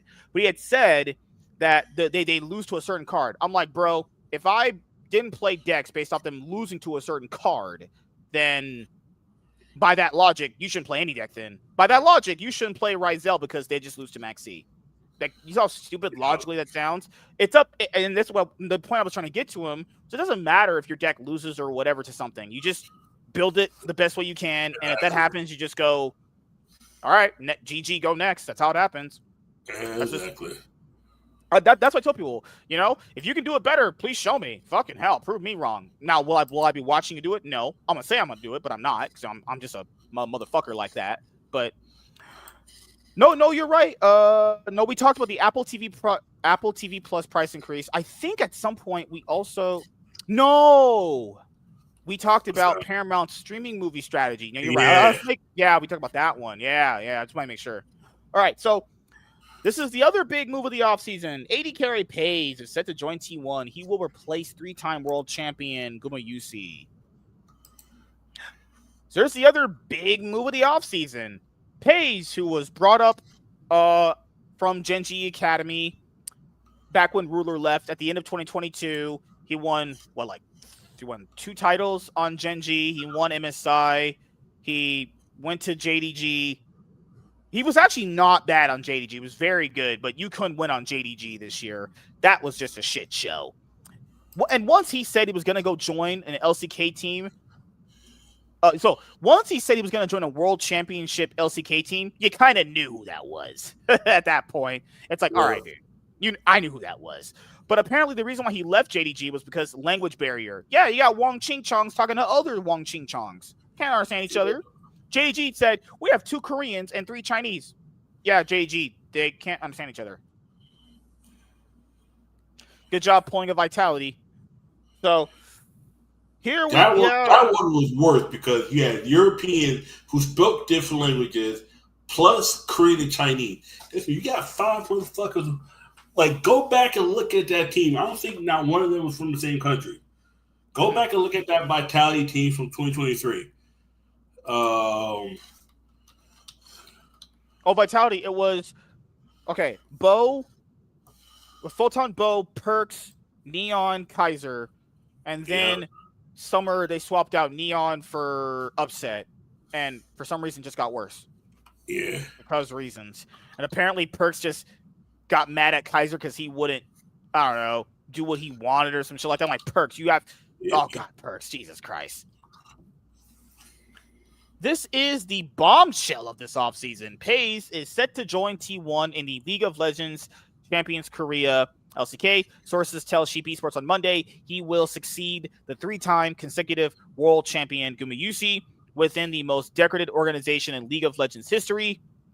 A phenomenon and immense talent and remarkably precarious player. This is just kind of glazing gayness.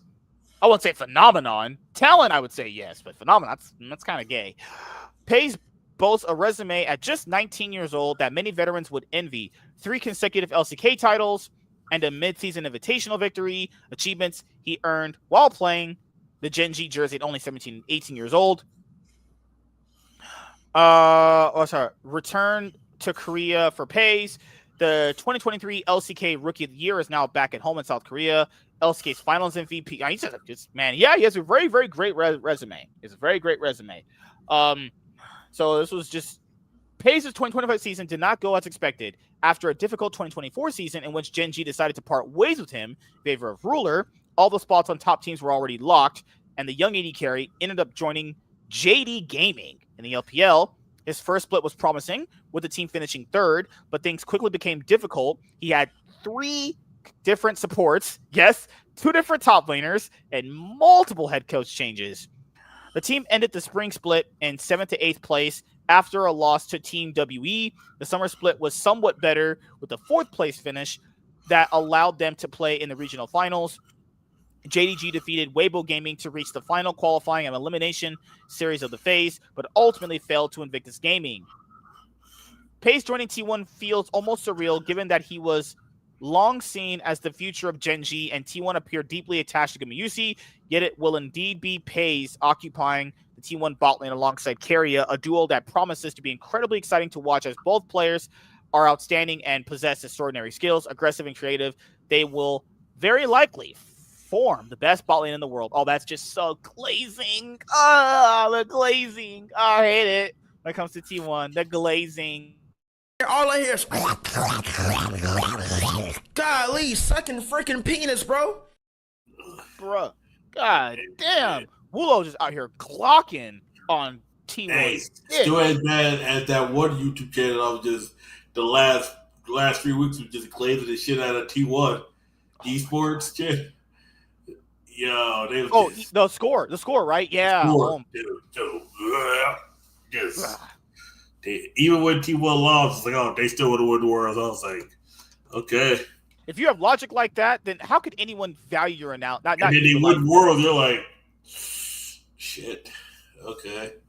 This is why these people value an analysis is not taken seriously. Because like this is what league fans do, like this fucking rat face bitch, which is like, let's say I think Gen G is gonna win worlds, and let's say T1 wins, and it's like that doesn't mean that my analysis was wrong based on what we saw. The only way my analysis could be wrong is if you apply the context that Gen G fails at worlds at this current spot. But you wouldn't be wrong to say that Gen G or anyone's legend could win worlds based off, I don't know, God forbid, watching the games. How do people think you get these power rankings? You would hope the people doing them watch the games. Now, if you said T1 was going to come in and win worlds this year, you could say that based off of how much they would dick fuck Hanwha Life repeatedly with Gen G. Man, that was abusive. Watching Gen G and T1 just kind of run the league against Hanwha Life and KT, man, that was bad. But people are like, but KT beat T1 once. Yeah, if I beat you 4 times and you beat me once, I don't think that really matters in the grand scheme of things. But, like, people have to understand what analysis is. I'm making an analysis based off what I'm seeing currently in front of me. Like, you could make an analysis based off past precedences, but that's also based off of the past, and you should kind of live in the present, too. I kind of do a mixture of both. But for Gen G, I'm not doing that at all anymore next year. I'm predicting I'll predict an N18 to win over Gen G winning. I need to see you in the finals. Just start there. I need to see you in finals. Start there. We can talk about winning worlds later. I need you to be in a finals first. Just make a finals appearance. But Samsung is no, they're not. Samsung and Gen G are not the same org. They're 2 separate orgs. I don't give a fuck what you say. Gen G did not win Worlds 2017. That was Samsung Galaxy. They won Worlds 2017. Gen G didn't win shit. Gen G's won MSIs and EWCs. They ain't got no Worlds finals. Bitch asses out there. Fuck you. The fuck out of here with my shit. That's like saying that TSM. That's like saying since Shuffle Rebellion bought TSM slot, they've gotten 7 titles. What kind of logic is that? Shuffle Rebellion ain't won shit. TSM won those championships. And just like fucking hell, you people are so gay. Probably suck dick out there. What did you? Okay. Another big bombshell happening. It's just Cloud9 taking all these L's. I don't know who took bigger L's, Gen G or Cloud9. Then again, Ryu. Oh wait. Oh, there's another team that took a big L. And then the LCS.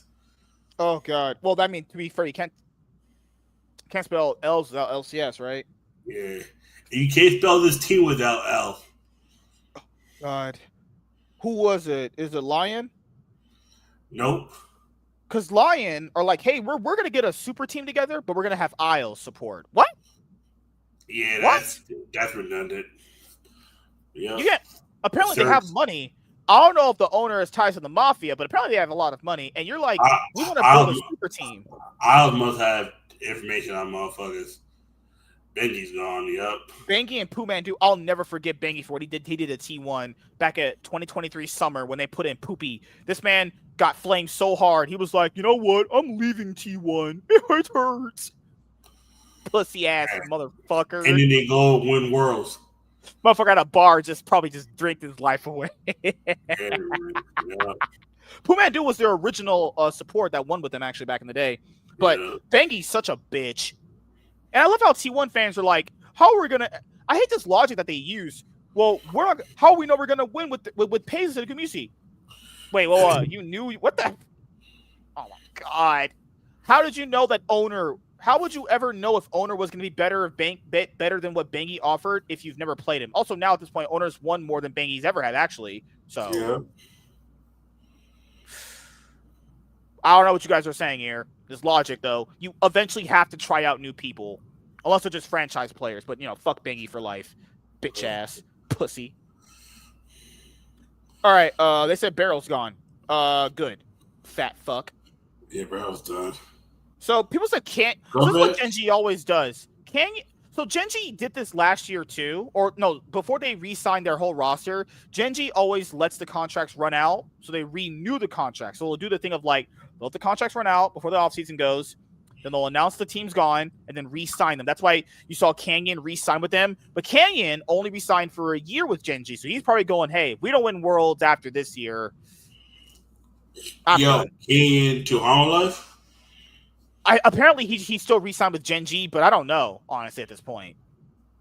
If Kenyon ever did sign to Homolive, that's just Exodia at that point. And if Homolive still can't win at that point, your org sucks. Nah, the only way to get Exodia, they have to get rid of Delay. They have to get Oh, yeah, that's not Exodia. That's definitely not. All right, so they actually have to get I have to go over this. Lehens? Do you go Lehens over Delay, or if you put Lehens on that team, he probably plays pretty well, honestly. Yeah, I think he runs it down because he's on Nongshim and no one cares what he does over there. I mean, Do they have Gideon as a mid laner? That's just a fat. Gideon's gone. Oh no, who was that support they had? Oh my god, that was Fisher. Oh god, that was such a bad player. Oh, yeah, he was Fisher was trash. shit. The next guy, Jayu, was a little bit better, but he was just still bad. I'm like, oh hell. So Cloud9, the team that got me. Cloud9, the team that got me. Oh, I can't even. Oh my god, my brain's frying. All right, so Cloud9. Cloud9. Cloud9. The org that got me into watching competitive League of Legends ever since Worlds 2014. This is Cloud9's roster for 2026. Cloud9 have completed their 2026 LCS roster with the addition of pussy ass in the mid lane. Exodia right here, man. This is Exodia right here. He's lying. What kind of Exodia is that? They got Blabberfish. They got APA. This motherfucker gonna make Loki look like Chop Suey up in this bitch. Man, people smoke crack and you shouldn't do that. Yeah, that's true. You should smoke crack. Unless it's out of a hooker's butthole. I'm just... my nigga Zen out here fucking bitches and Vulcan out here. Hey, hey man. Vulcan just exists at this point. Loki had to go home after he was talking about he got. I think that was straight bullshit. I think he saw the writing on the wall with the roster and he just said that. Because because Koreans in the past have had that issue. They've been homesick. I think he didn't mean that. I think the real reason was that he saw the roster fail and suck and ass this summer split. Like, use him as a scapegoat. Plus, also, he had that excuse where he had that video. Do you want to bring that video up? Cloud9? No. Oh, the one where they're doing that, like, whole question one? Oh, my God. That was. Bring that shit up. Yeah, bring that shit up, man. Oh, gosh. But before we do that, this is the signing. This is the people say Cloud9 lost the offseason. You know that's always been a meme of Cloud9 losing the offseason. No, this is actually straight up an actual lost offseason. Yeah. And to be fair, the JoJo Peon signing was actually they lost in that offseason too. In hindsight, 2020, obviously. But my thing here, okay, so Thanatos is gonna be a player in the LCS that's going to be top 2, top 3 in his position. Fail in the playoffs, as usual. Pressure gets to him. He just crumbles. Blabber hasn't been that kind of player. People say he's the most decorative player in the LCS history. How much of that are people still going to keep using as goodwill? He's not been that player for a very long time. He hasn't been that kind of player, I would say, since... Matter of fact, it wasn't Loki. It was Thanatos that did it. Oh, yeah, well, it was Thanatos, yeah. But Blabber hasn't been that kind of player, in my opinion, since, like, 2023. Yep. Like, I would say for about a good 2 years, you could debatably say 2022. For about a good 2020, about maybe almost 3 years, this guy's not been as good. Yes, in the LCS, he will look good. Guys, that's because the LCS stinks garbage dookie ass. But... just look at this year. This year, he wasn't that good in winter. His only good split was spring, and even that was pretty like, That was suspect. Summer, he was just straight up worthless ass. People say, but he was clutch in certain games. Yeah, he's gonna have good games every once in a while. Congratulations, what a It cookie! didn't matter because they didn't get to Worlds. He lost. He actually solo lost them every game 5. I remember that. Oh, yeah. Remember that Toronto game against 100 Thieves? He solo lost them game 5. To be fair, remember that drafted against FlyQuest in that upper bracket round where they gave FlyQuest Tristana, Ziggs, and Leona. Like what? Lee Sin and Greg. Remember that draft? I was like, oh hell nah, get the fuck out of here. APA's coming off a year in Team Liquid where people are calling him a fraud. I mean, I don't see him being that much better than Loki. Nah. I really think, I'll be honest with you guys, I don't really even think Loki was all that good. But APA is definitely not better than him. Oh no, Loki wasn't that good. I think the issue was with Team Liquid, they all regressed. And people say maybe APA fits their culture better. I'm sick of hearing that. Every player likes being on Cloud9 because of the culture. But like you can be buddies with someone. I'm not even saying they can't even have fun together. But it gets at a point where, because the reason why I always say if you're a Western team getting to Worlds or going to international, just going is an achievement, or domestically, it's just people aren't gonna know. The reason why I say the only thing good a Western team can win domestically is their own domestic title, because they're not winning Worlds. And actually, if this World didn't prove to people that Western teams ain't shit, I don't know how many times you have to watch Worlds for that to be a thing. In my opinion, Western teams should only look forward to winning domestically, because you ain't winning Worlds and you ain't winning MSIs and you damn sure ain't winning first stands. So all those are out of the question. And you ain't winning EWC either. So internationals, just fork those over. Maybe if a team really fluked a run or had a really big super team, you might win something. Like unless it's a literal G2 2019 situation, these teams ain't winning. The only success you have is domestic, based off your sponsors and everything, because you can tell your sponsors, hey, at least I won a trophy. At least I'm making playoffs consistently. Guys, Cloud9 hasn't won a trophy since 2023 spring. They haven't won in quite some time. It's going on 2 years now. We're going to be at a point, Cloud9's just fanatic of LCF at one point. We're going to be talking about this team 5 years from now, being like, damn, they haven't won a trophy in 8 years. Yeah. Who like, but they're supposed to aspire to win Worlds. You're retarded if you think that is in their minds. They know they can't win Worlds. They know that. They can't tell you that, but they know they can't. Yeah. The only success Western teams have is winning domestically. That's it. And if you can't even win domestically with as shitty as LCS is, I don't know what the fuck you're going to do, honestly. Sven and Vulcan used to be a really great bot lane. Yeah, not anymore. They haven't been a good bot lane since 2021. So they've not been good. Like, it's just like, what is this team? Like, how am I supposed to root for this as a fan? Like, what is this shit? I have no idea. I don't know what Cloud9 is. Their intention was to run back the Loki raw. Oh my, I'm done. Get the fuck out of here. Yep. But then Loki wanted to go home. He was like, just stacking L's. Not doing this shit again. Just stacking L's. And the APA gets dropped. APA gets dropped from Team Liquid, and Cloud9's like, well, we can't do anything better than that. Yeah, he got like a bad habit. Makes sense. People said, but APA won on Team Liquid. Yeah, he did.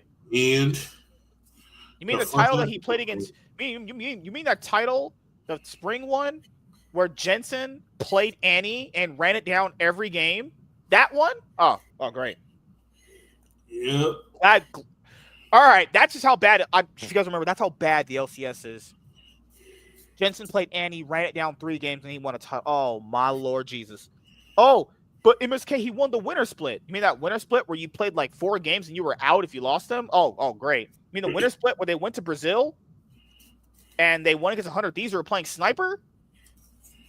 The same winner split where they went to first stand and got booty licked in the ass? All right. Glad we're counting dog shit now these days. But Berserker has apparently joined Lyon. So Berserker was like, fuck the LCK. I'm gone. I ain't shit here, but I can look good in the weaker league. That's why they told Berserker looked good in the and to be fair, Berserker didn't even really look good on Cloud9 that year. The year he left, he didn't even really look good that year. Him and Vulcan just did not work. But You could tell he wasn't gonna work on DN Freaks anyway because he kind of regressed himself. None of them worked on DN Freaks. That team didn't work.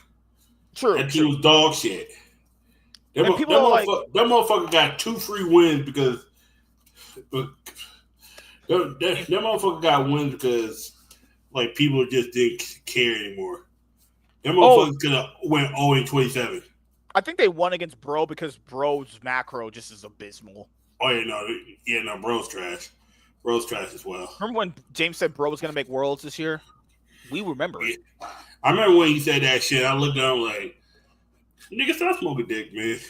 I told him, dude, why do you... He does that thing all the time that other people do. They overrate when a bad team like that beats a good team, and they think that's going to, like, carry momentum, right? I'm like, dude, that's not carrying momentum. They're going to be bad. Like when he said, team was going to miss top 8 or miss Worlds? He said they're not making top 8. I was like, nigga, you smoking dick. I was like, you do know how easy it is in that Swiss stage to get out, right? Black guys fly. He's like, but they got bad Lions. Okay. He's like, Toy's not a bad team. I was like, all right. Okay, James, just stop smoking crack. Stop. This is just stop taking L's, man. He said they wouldn't make top 8 and then they won Worlds. Insane.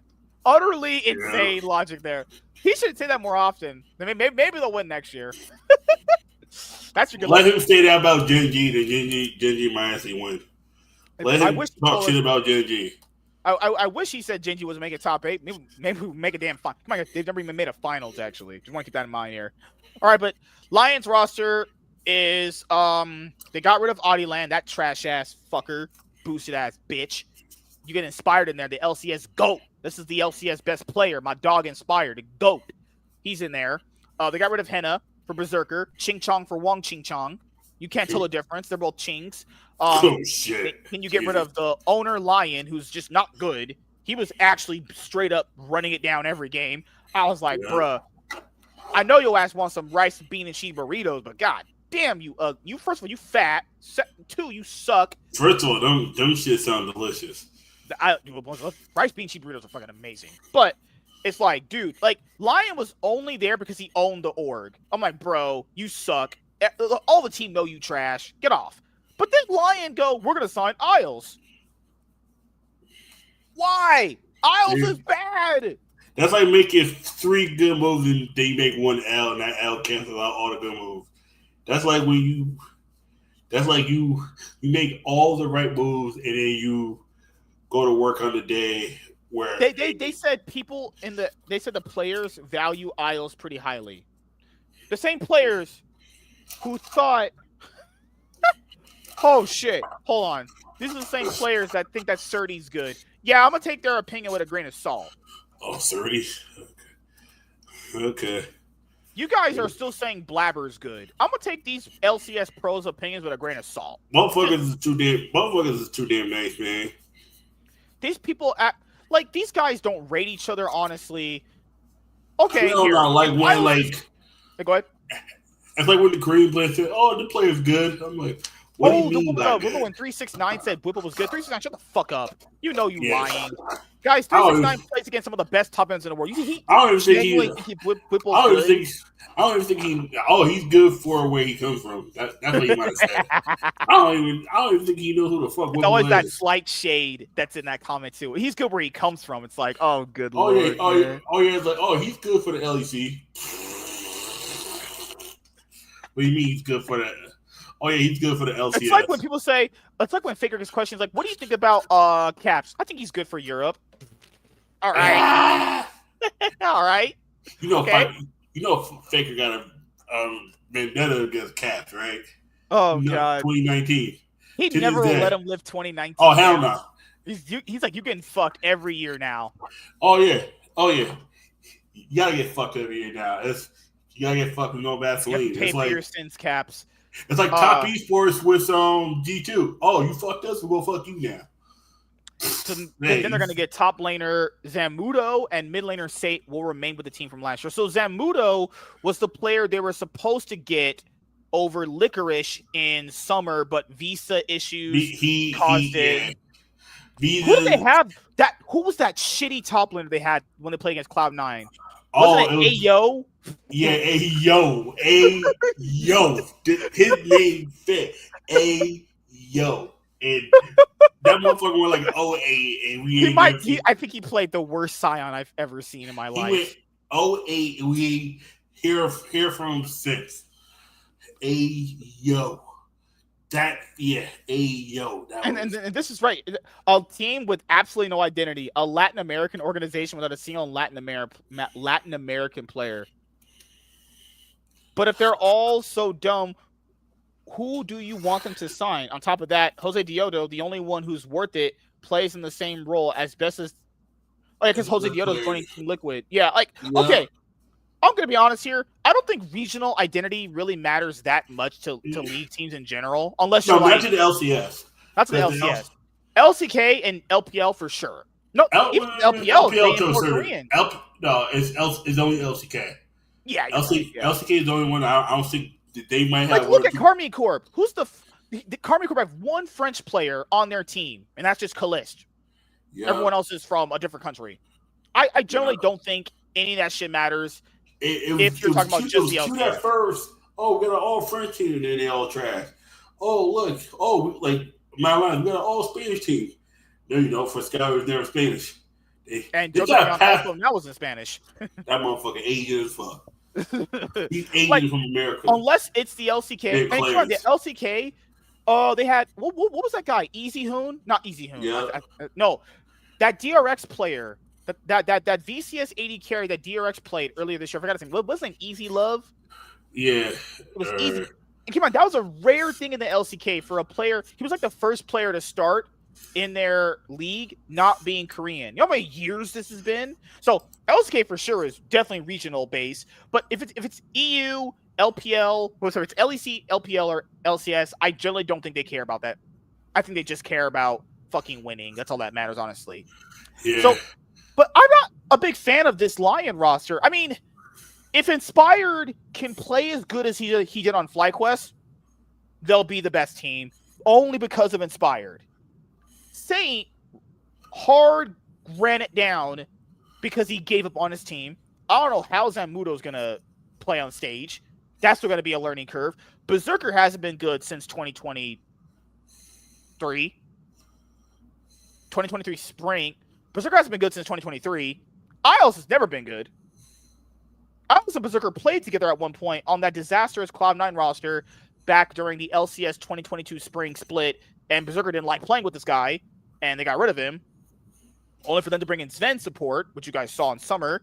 But yeah, I don't think this Lyon roster is as good as everyone's making out to be. I think it's literally, if Inspire doesn't play its absolute best, then it's worthless. Yeah, and my question is, why did Inspire leave FlyQuest? He got the bag. That's what I heard. He got the bag. He got money. That's what, he doesn't care about winning anymore, in my opinion. Unless if he plays as good as he did on FlyQuest, sure, but it don't matter if these guys stink. The fuck? That you're hoping Berserker has a bounce back year.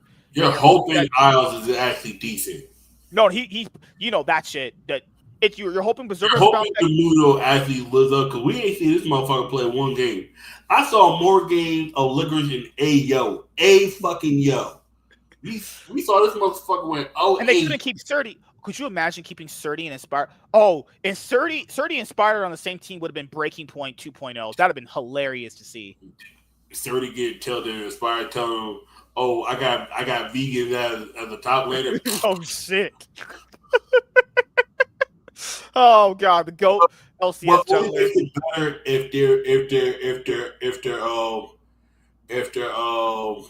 the ADC wasn't Berserker but was Scary Jerry?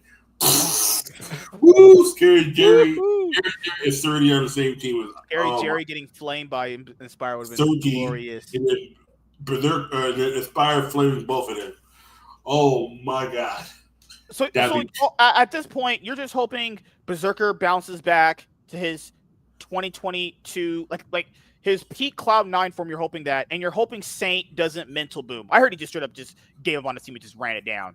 But if you do that again, you're not gonna be there, buddy. I know, because it's not like he's bad. It's just like that's how Korean players are. If they lose faith in you, it's over. You can't get that back. So this is a much better team But Inspired, if he's literally not at that FlyQuest level he's been at for these past couple of years, it's just not going to work. Like, did FlyQuest just not FlyQuest? Did Inspired just tell us he's retiring? Oh, big bitch. Fuck was that? Well, a big bitch. Apparently, yeah, I told you guys Poby is gonna be on Navi. They got rid of Larson. That's all that matters. They got rid of Larson. Took him long enough. Yeah. Is Malrong still? Oh, Malrong better not be this. They got Paris. I'm done. Rock. I hate Wait, life. look at the coach's name. What was the coach's? The Rock. I swear to God, if I see Dwayne Johnson pop up, I'm burn the whole region. Oh God, man. The Rock. Who got nominated for Esports Player of the Year? Toby has been nominated for Best Esports Athlete. So Faker didn't get nominated this year. Okay. Nah, he won't. Nah, he wouldn't get nominated. No, not this year. It's always okay. So this is FPX is apparently done. Yeah. Fun plus Phoenix leave the LPL as announced by the organization. Their past achievements: Worlds 2019, LPL. That's it. That's not enough to keep them. That wasn't enough to keep them. They peaked in 2019. Probably don't have any money. I knew their org was going down the toilet the moment that plus half their players being tied to allegedly match fixing. Yep. I heard Milky Way hated RNG, so he just leaked their strap, bro. Yeah, no, they say he's not the only one, but he's the only one stupid enough to get caught. Oh my God! To get caught. What is with the scandal of match fixing in the LPL constantly? Money. It's money, yeah. They just don't make enough money. Plus a lot of these players, a lot of these teams they say are allegedly tied to the Triad. Oh my God! I would not be about some sex trafficking ties. Yeah, and the people said, "Oh, that's racist," and then a lot of these these teams have what they call shadow owners that you like. There's a face of a team, you know, it's like a Joe Mars, you know this motherfucker, but he's not the one actually fronting all the money. Yeah. As of January 1st, yes, he's operation. Yeah, no. They will. I don't think there'll be an org, period. A shrinking LPL on the horizon. This departure is part of the LPL slot repurchase program launched in late 2024, designed to optimize the league's competitiveness and future. According to the official statement, FPX and the LPL reached a mutually agreed settlement following discussions throughout 2025, resulting in the departure of a historic organization. These discussions are notably similar to the current public debate surrounding the LEC, League of Legends European Championship, following the announcement of the new winter split format and the addition of Los Ratones and Karmi Corp Academy's team to the competition. The LPL, which had 17 teams until 2024, had already repurchased Rare Atom slot. No one gave a fuck about that org anyway. Reducing the championship to 16 teams in 2025. With FPX's departure, the league could drop to 14 or 15 teams in 2026, particularly because Chinese insiders have revealed that Royal Never Give Up, RNG, could also be leaving the LPL. Oh, they need to leave the LPL. Sorry, RNG. I'm out. RNG. Good while it lasted, buddies. Okay, I can tell you, besides RNG, these are the suspected teams, because I heard LGD want out. LGD, OMG is one. OMG is 50-50. Lord, yeah. Thunder Talk has. Get the fuck out of here. She roll swapped to mid. It don't even matter. It's a female. No one cares about these fucking bitches. Jesus Christ. This is why I heard. FPX is gone. They're down to 15. RU will make 14. They're trying to get down to 12. There are 4 teams.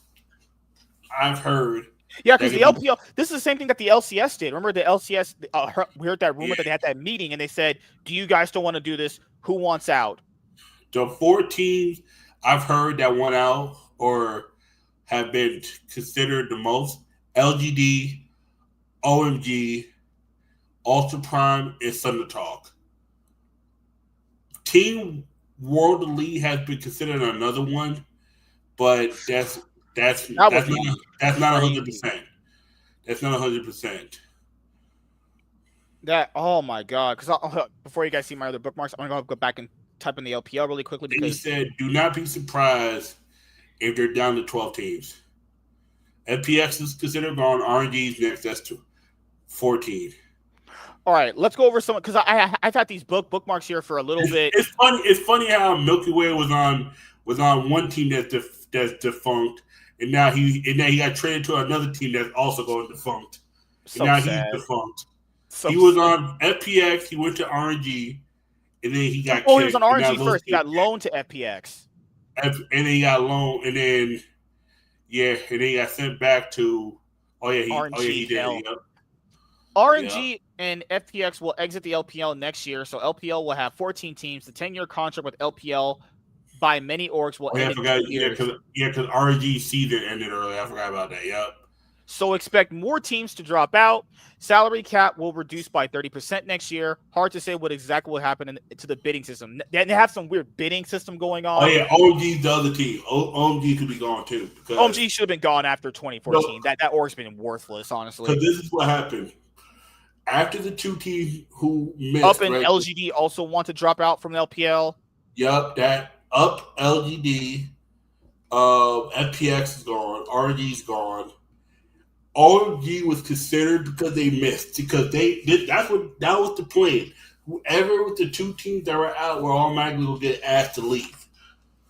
But FPX beat OMG to the punch. Oh yeah, Kitty Cinderella is so goddamn sensitive. Kitty Cinderella, she's such a bitch. Because Jason made a joke and she. We'll go over that at some point. Yeah, sure, LPL failing to make any international success is hurting their viewership, but overall, LPL is so bad at creating an entertaining game product for viewers and maintaining it financially. That's what's killed the region.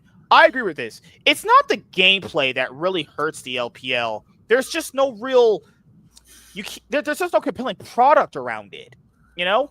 Like, Nymera and his brother, if they weren't there on the LPL English broadcast, I wouldn't watch that shit. Yeah. Those other guys with pronouns in their bios, I'm good. I only just watch it because Nymera and his brother do it. That's it. If they didn't do it, I'm out. They have Trouble Link, fat booty, bitch ass on there. It's like, guys, why? She's only here because she has a big butt. What does she bring to the table? Nothing. But I also agree with that too. I mean, Doinby even said there would be less investment in the LPL, and a lot of the current investors will be pulling out if they don't see international success. Come on, guys. LPL even hasn't won MSI the last couple of years. Yeah. And does that look like it's changing anytime soon? Keep in mind, even if they just wanted to win MSI, that's not happened. They didn't even win first stand. Guys, Top Esports went winless against the LCK this year. Not even that. These teams can't even get to the finals. It was an LCK rematch of the finals. JG versus T1 and only anyone's legend was able to get to the finals of the EWC. Yeah, that's it. Think about it. The Worlds was telecom finals. Y'all motherfuckers didn't even get top. Your best team got eliminated by T1 who went and then graped the shit out of Top Esports. Bet them over 3-0. We never like even though people say, "Oh, KT fuck JG." JG was able to take it a 4 game. Top Esports didn't make that shit competitive. Dormy was about to crash his fucking head through that goddamn monitor. Watch Top Esports getting fucked. Why? And not just that, they went winless against LCK teams, and actually not just winless. They've actually not beaten T1 ever. T1 always beat RNG. They always beat Top Esports. The last time Top Esports with TN beat a Korean team was MSI 2024, I think. Yep. And that was just like 2 games. Golly, Top Esports. Just top L's. That's what I should call them now. LPL orgs dropping left and right is scary. Top Esports didn't even beat game. Remember that bullshit? Motherfuckers. Levi retiring with one of the best moments of all time. LPL orgs dropping left and right is scary, but an appropriate and well overdue resizing could help in the long term. But the public love of the game is fading and mobile games in China go burr. Yeah, he got a point there. Like that. Oh, but that's a different discussion for another day. But that is a true point. Dropping to 12 teams, stacking all of them more evenly requires a match fix LDL system. Less travel around the country, less shitty schedules, balancing the imbalanced salaries can help. It sucks because LPL are really good. It's just Faker beats them. 2023 JDG were the best all year. 2024 BLG were the second best. 2025 AL were top 3. But see, but this is regressing here too, right? Just looking at these results, these are regressing to a certain extent. But I see the point. I do see the point though. But the issue here with the LPL also is I've said this too. Them expanding to 17 teams was always a mistake. It should have max be 12. Max 12 teams. The reason why is there's just not enough money in the scene to support 17 teams. First of all, even though Asia's viewership is huge, there's not enough viewership. I don't think there's enough viewership. It's more like there just won't be enough interesting, compelling narratives around a lot of teams to generate the worthwhile, competitive, I would say, attention span for some of those teams, right? Most of them, so you have 17 teams, most of them are going to be bottom feeders outside of 12, because you only allow 10 to be in playoffs anyway. Yeah. So 17 teams makes it almost impossible for a lot of these teams to even have viewers, because in esports, it's just you're going to have less viewers in traditional sports. And I think when you have 17 teams, most people don't care that a lot of these orgs exist. Who the fuck is an Ultra Prime fan? Who watches LGD games? Who watches titties play? Exactly.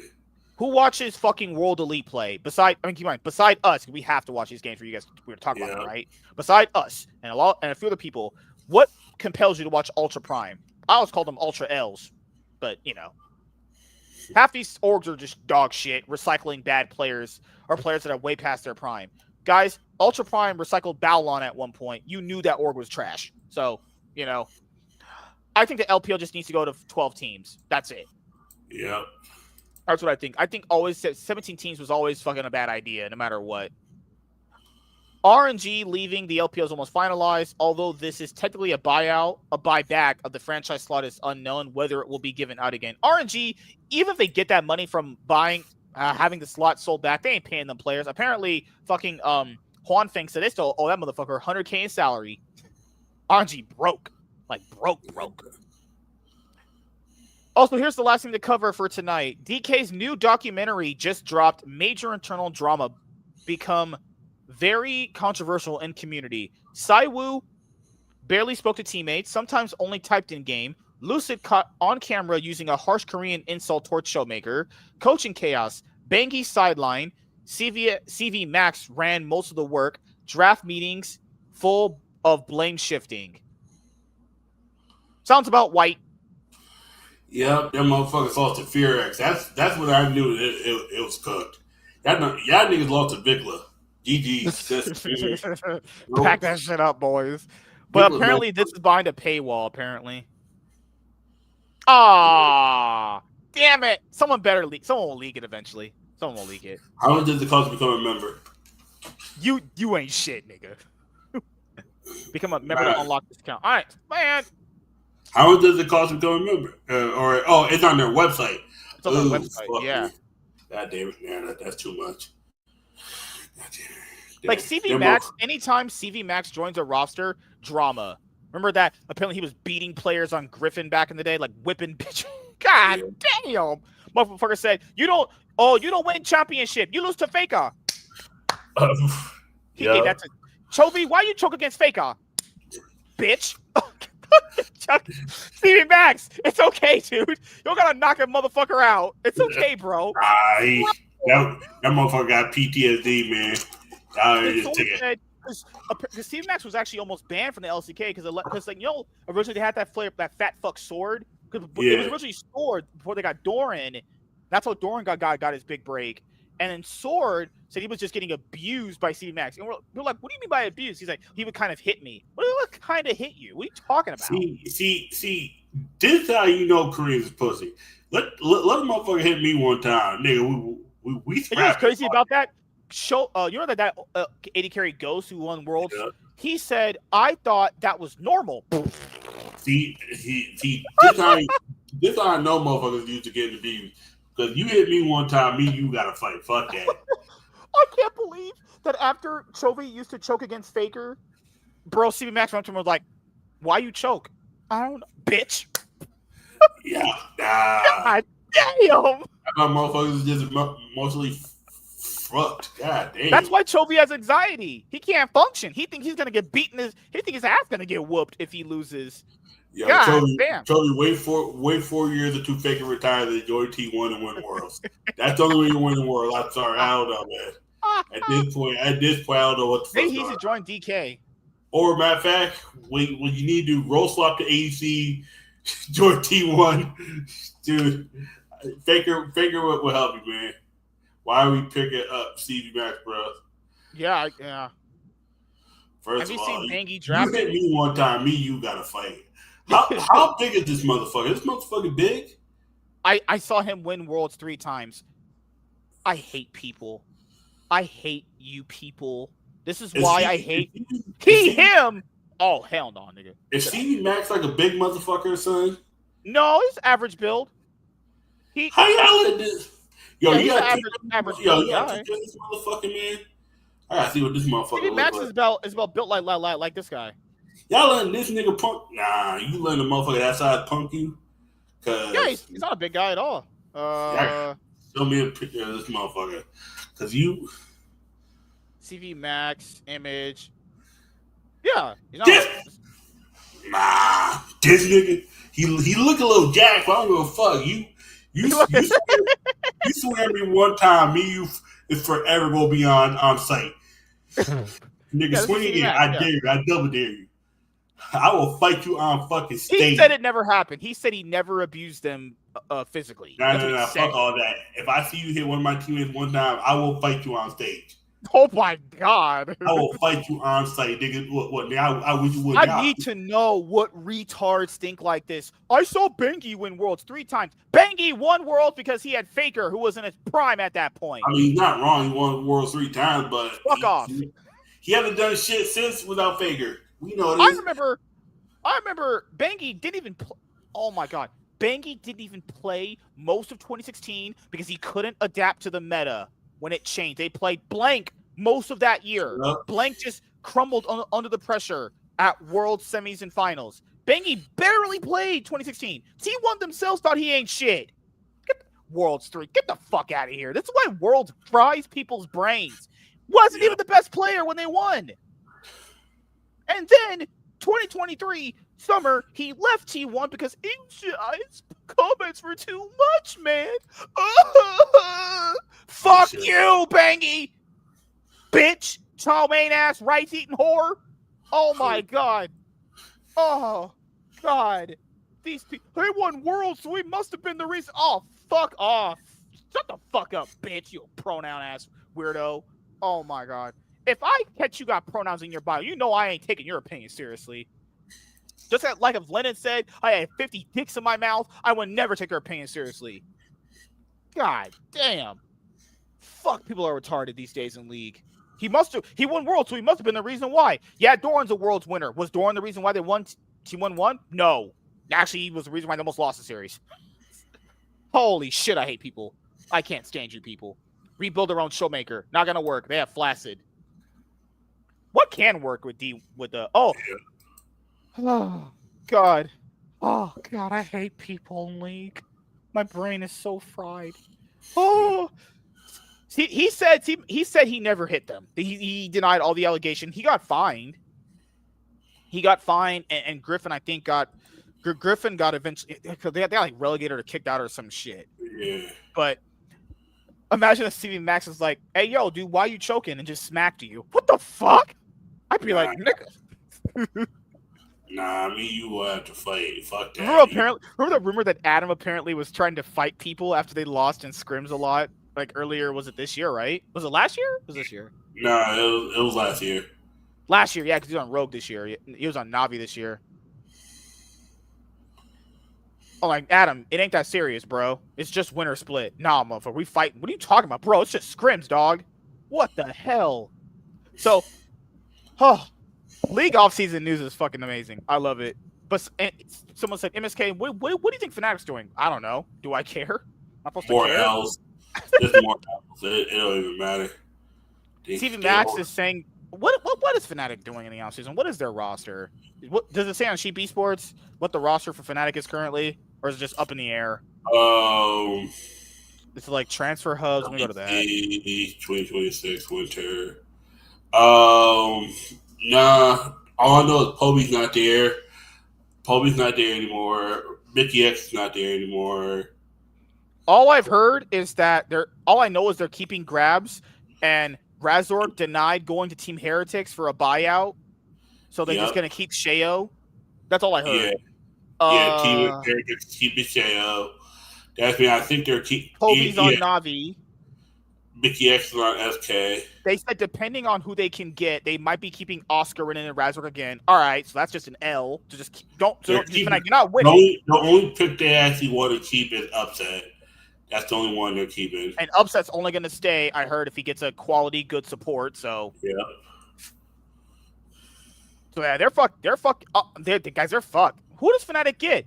I mean, you might as well keep Oscar in and Razork. Someone said bring back Adam. No, you do that. Upset is fighting that guy.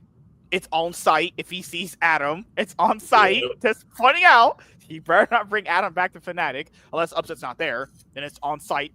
They're actually throwing hands. So, So Fnatic screwed up an offseason so bad where they just have to keep Oscar in and Razork again. So that's just a fat L. Yeah. They're apparently Carmine Corp and Fnatic are currently deciding on the buyout for Vladdy. I love how Fnatic is deciding to pick up Vladdy, even though Vladdy only played good in one of the split out of the three. But they're like, Poby didn't win us anything. You think Vladdy will? Who didn't play good after winter? All right. Fucking Fnatic. Jesus Christ, dude. This fails across the board. I heard G2 turned down an offer of getting Busio, Inspired, and Aiming. Guys, given what we just said about Aiming, you could understand why G2 turned down Aiming. Aiming quite literally is a Yetaphile. And in European, certain countries, he would love to be there. I'm just pointing out that would not be good for them publicity-wise. G2's not French, right? G2 is what? English? Spanish. They're based out of, oh my goodness. Fucking I would just Spain. keep aiming out of France because France, you can hook up with somebody at 14. Oh, right. Roman Polanski. Just look up Roman Polanski if you ever get a chance. Not now. Inspired. Oh, someone says Skewmon played better than Inspired. Did he? I would have did it. If you're asking me. Skewmon had a better upside. But I do think I don't think Inspired and Caps would have worked mid jungle synergy. I don't think anyone works with Caps mid jungle synergy wise, anyways. You need someone who's not debating. Inspired is debating, and that I think not debating in the game. I think personality wise. Because based off what Mickey X said, so I think you guys should go watch the Mickey X interview he did with Ruddy. Mickey jokes about it now, but apparently, you know that T1 game they played it last year where they couldn't 1-3-1 when we had James on the show? You know that game where I think one was playing Tristana?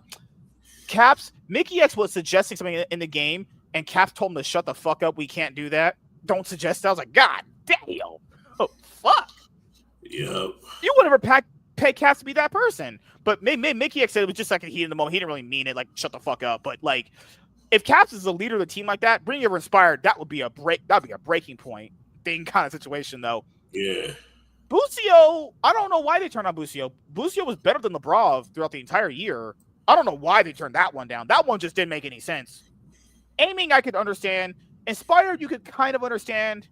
But Busio just didn't make any sense at all. Like, you could have replaced Busio with Labrov.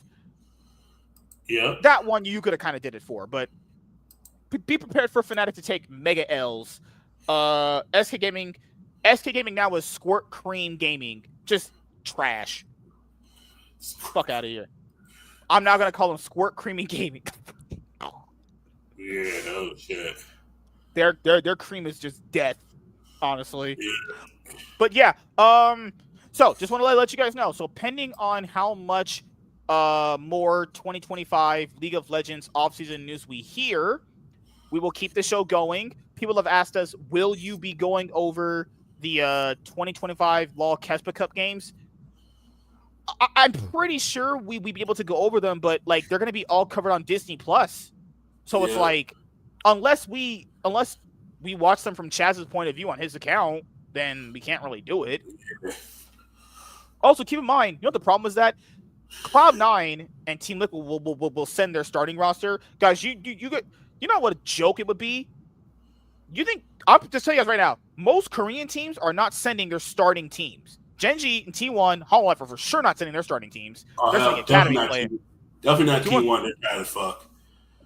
Because T1 has to go to that Red Bull tournament, I think, like around that time period too. So T1 is either going to send their, because I heard they're gonna go to that Red Bull tournament. So T1's for sure not sending their main roster. So most of the rosters they're competing with are going to be mostly academy teams and just random new players that most of these LCK teams just picked up in the offseason. So if Team Liquid and Cloud9 don't win that, you know they're fucking cooked. You can't win when they barely just got teams together. You suck balls. God damn. I can't wait to have ass pussy ass's whole booty hole clapped up by some random Korean player we've never heard of, actually. Can't wait for that. But yeah, if you want to do a watch party for it, just let me know. That's we all we have is just the Red Bull tournament and just that. And that's pretty much the season's over, honestly. But yes, depending on the amount of news we have left to cover. So when the rosters are all filled out, we'll cover the rest of that. And then potentially if you guys want us to cover the Red Bull tournament and that, we'll cover that. But outside of that, first part of January, for the most of December, we're gonna take a break, honestly, because there's just nothing else to cover, honestly. You know, unless we just talk about the NBA for a little bit there. But you know, I like to take my breaks, you know, with the show, you know, 'cause we go pretty much year round, honestly. So anything you want to say as a closing thought before we head out, honestly? Nah, man, just crazy ass trade. Chaz wants to fight CV Max if he touches him. I'm just saying. Imagine me, you are a teammate, and a motherfucker try to swing at you. You ain't gonna fight the motherfucker. Oh no, I'm beating the shit out of you. Like if Adam comes to, man, I hate you, swings and miss, or I'm breaking a monitor over his fucking head. I will fight him on the stage, beat his ass, just. Like I was George Florida, like just put my knee on his fucking by my back of his neck, not on the front, like on some Derek. I'll put it on the back of his fucking head, like nigga. I wish you would. I'll break your fucking arm, motherfucker. Why are you so aggressive? I'm just saying, motherfucker, swing at me over a fucking video game. Oh, I'm pushing you down the goddamn stairs. Fuck or you. like it. From what I heard, apparently they were like screaming, and one of them like sword died to a gank, and he smacked him on the hand like that. I'm like, what? Nigga, don't hit me. Fuck, I'll beat your ass. Fuck you, me. Nigga, don't hit me. Fuck you. It's crazy that this guy apparently allegedly abused players, and he's still allowed to be in the league. God damn. Fucking hell. He's lucky he's still alive. Come on. You tell me. He knows they're not going to do anything to him because Korean players the respect is a little bit different over there. I know. That's the issue. It's all good. Do you hit me, and then I'm going to hit you right back and put you in your fucking nose. Bust your shit open. It's crazy that Viper was on Hololive twice. One time he went 2-16. Jesus Christ. That's when they had an abysmal roster back then. Yeah, Viper go to JDG. That makes sense. Or BLG. He's choosing between BLG or JDG. Apparently both want to build super teams. Yeah. Yeah, so it just depends. So, like, we only get to take a break from the show at various points throughout the year. So I'm pretty much going to take a break from the show, like I said before, after these tournaments, if we can watch them. With the Red Bull one, we can watch, obviously. But the Kesper one, if we can't watch that, that's whatever. And once the rest of the rosters are completed. So we'll do a episode when, like, the rest of the news comes out for the rosters being completed, and then and that's it. That's pretty much it. There's nothing else to do until the season starts. When the season starts, then we'll do power rankings, and that'll be a week before. So that's it. So I'm taking a break. God damn. But yes, you're gonna do that Disney Plus price increase video soon? Yeah. That plus I'm gonna do. I got a bunch of videos about why black people are black and stuff like that. It's a weird concept. All right. Sounds like a video I do. Hell yeah. People ask me why black men date white women. It's like it's not even a high minority. It's not even a high majority. It's why do they? Might be a higher majority now, maybe. I haven't. No, it's still very low. It's like black men dating white women, right? 2025. Yeah. I haven't checked this in a long time ago. I checked and it was pretty mismatched between black girls Like black girls to white men, that was a very, very low one. The other one was higher. Public stigma, blah, blah, blah. Black. In 2025, legally protected. What the fuck? No. Black women dating statistics. What the hell? They're giving me some race dating statistics. I haven't checked in a very long time. While there are no specific 2025 statistics available, trends show that interracial marriage rates, including between black men and white women, have increased steadily. A 2015 report noted that the share of recently married black individuals with a spouse of a different race more than tripled from 1980 to 2015, reaching 18%. Interracial marriages overall have grown since the Loving versus Virginia ruling, though they still represent a minority of married couples. Yeah, you were right. So for the most part, you're right. You're still going to get same race marriages as the majority overall, but there is an increase on black men dating white women and marrying them. But we haven't had the statistic updated in 10 years. So, but I'll be honest here, it probably hasn't changed that much though. Nah, there's no way. I do know that the divorce rate is higher than a motherfucker. Yeah. They said rising rates among white newlyweds, rates of intermarriage among white newlyweds more than doubled during the same period. So this hasn't been updated in 2025 unless So, okay, this one came out. In 2021, 50% of married black men had spouses of other races. Yeah. 8% married to white women. Yeah, this is the thing. Yeah, you're right. It's still not very big. Yeah, but it feels bigger. It feels like it's getting bigger, though. Yeah. Someone asked, I'm going to put that video on why black men date white women. Because there's 3 different answers. But we'll get into that later. I got to go to bed. I got to for work early. But we'll do that next week. Next Tuesday, we'll go over that. So, yeah, thank you guys for checking out this episode of the Cloud9 podcast, and we'll see you guys later. Have a great night.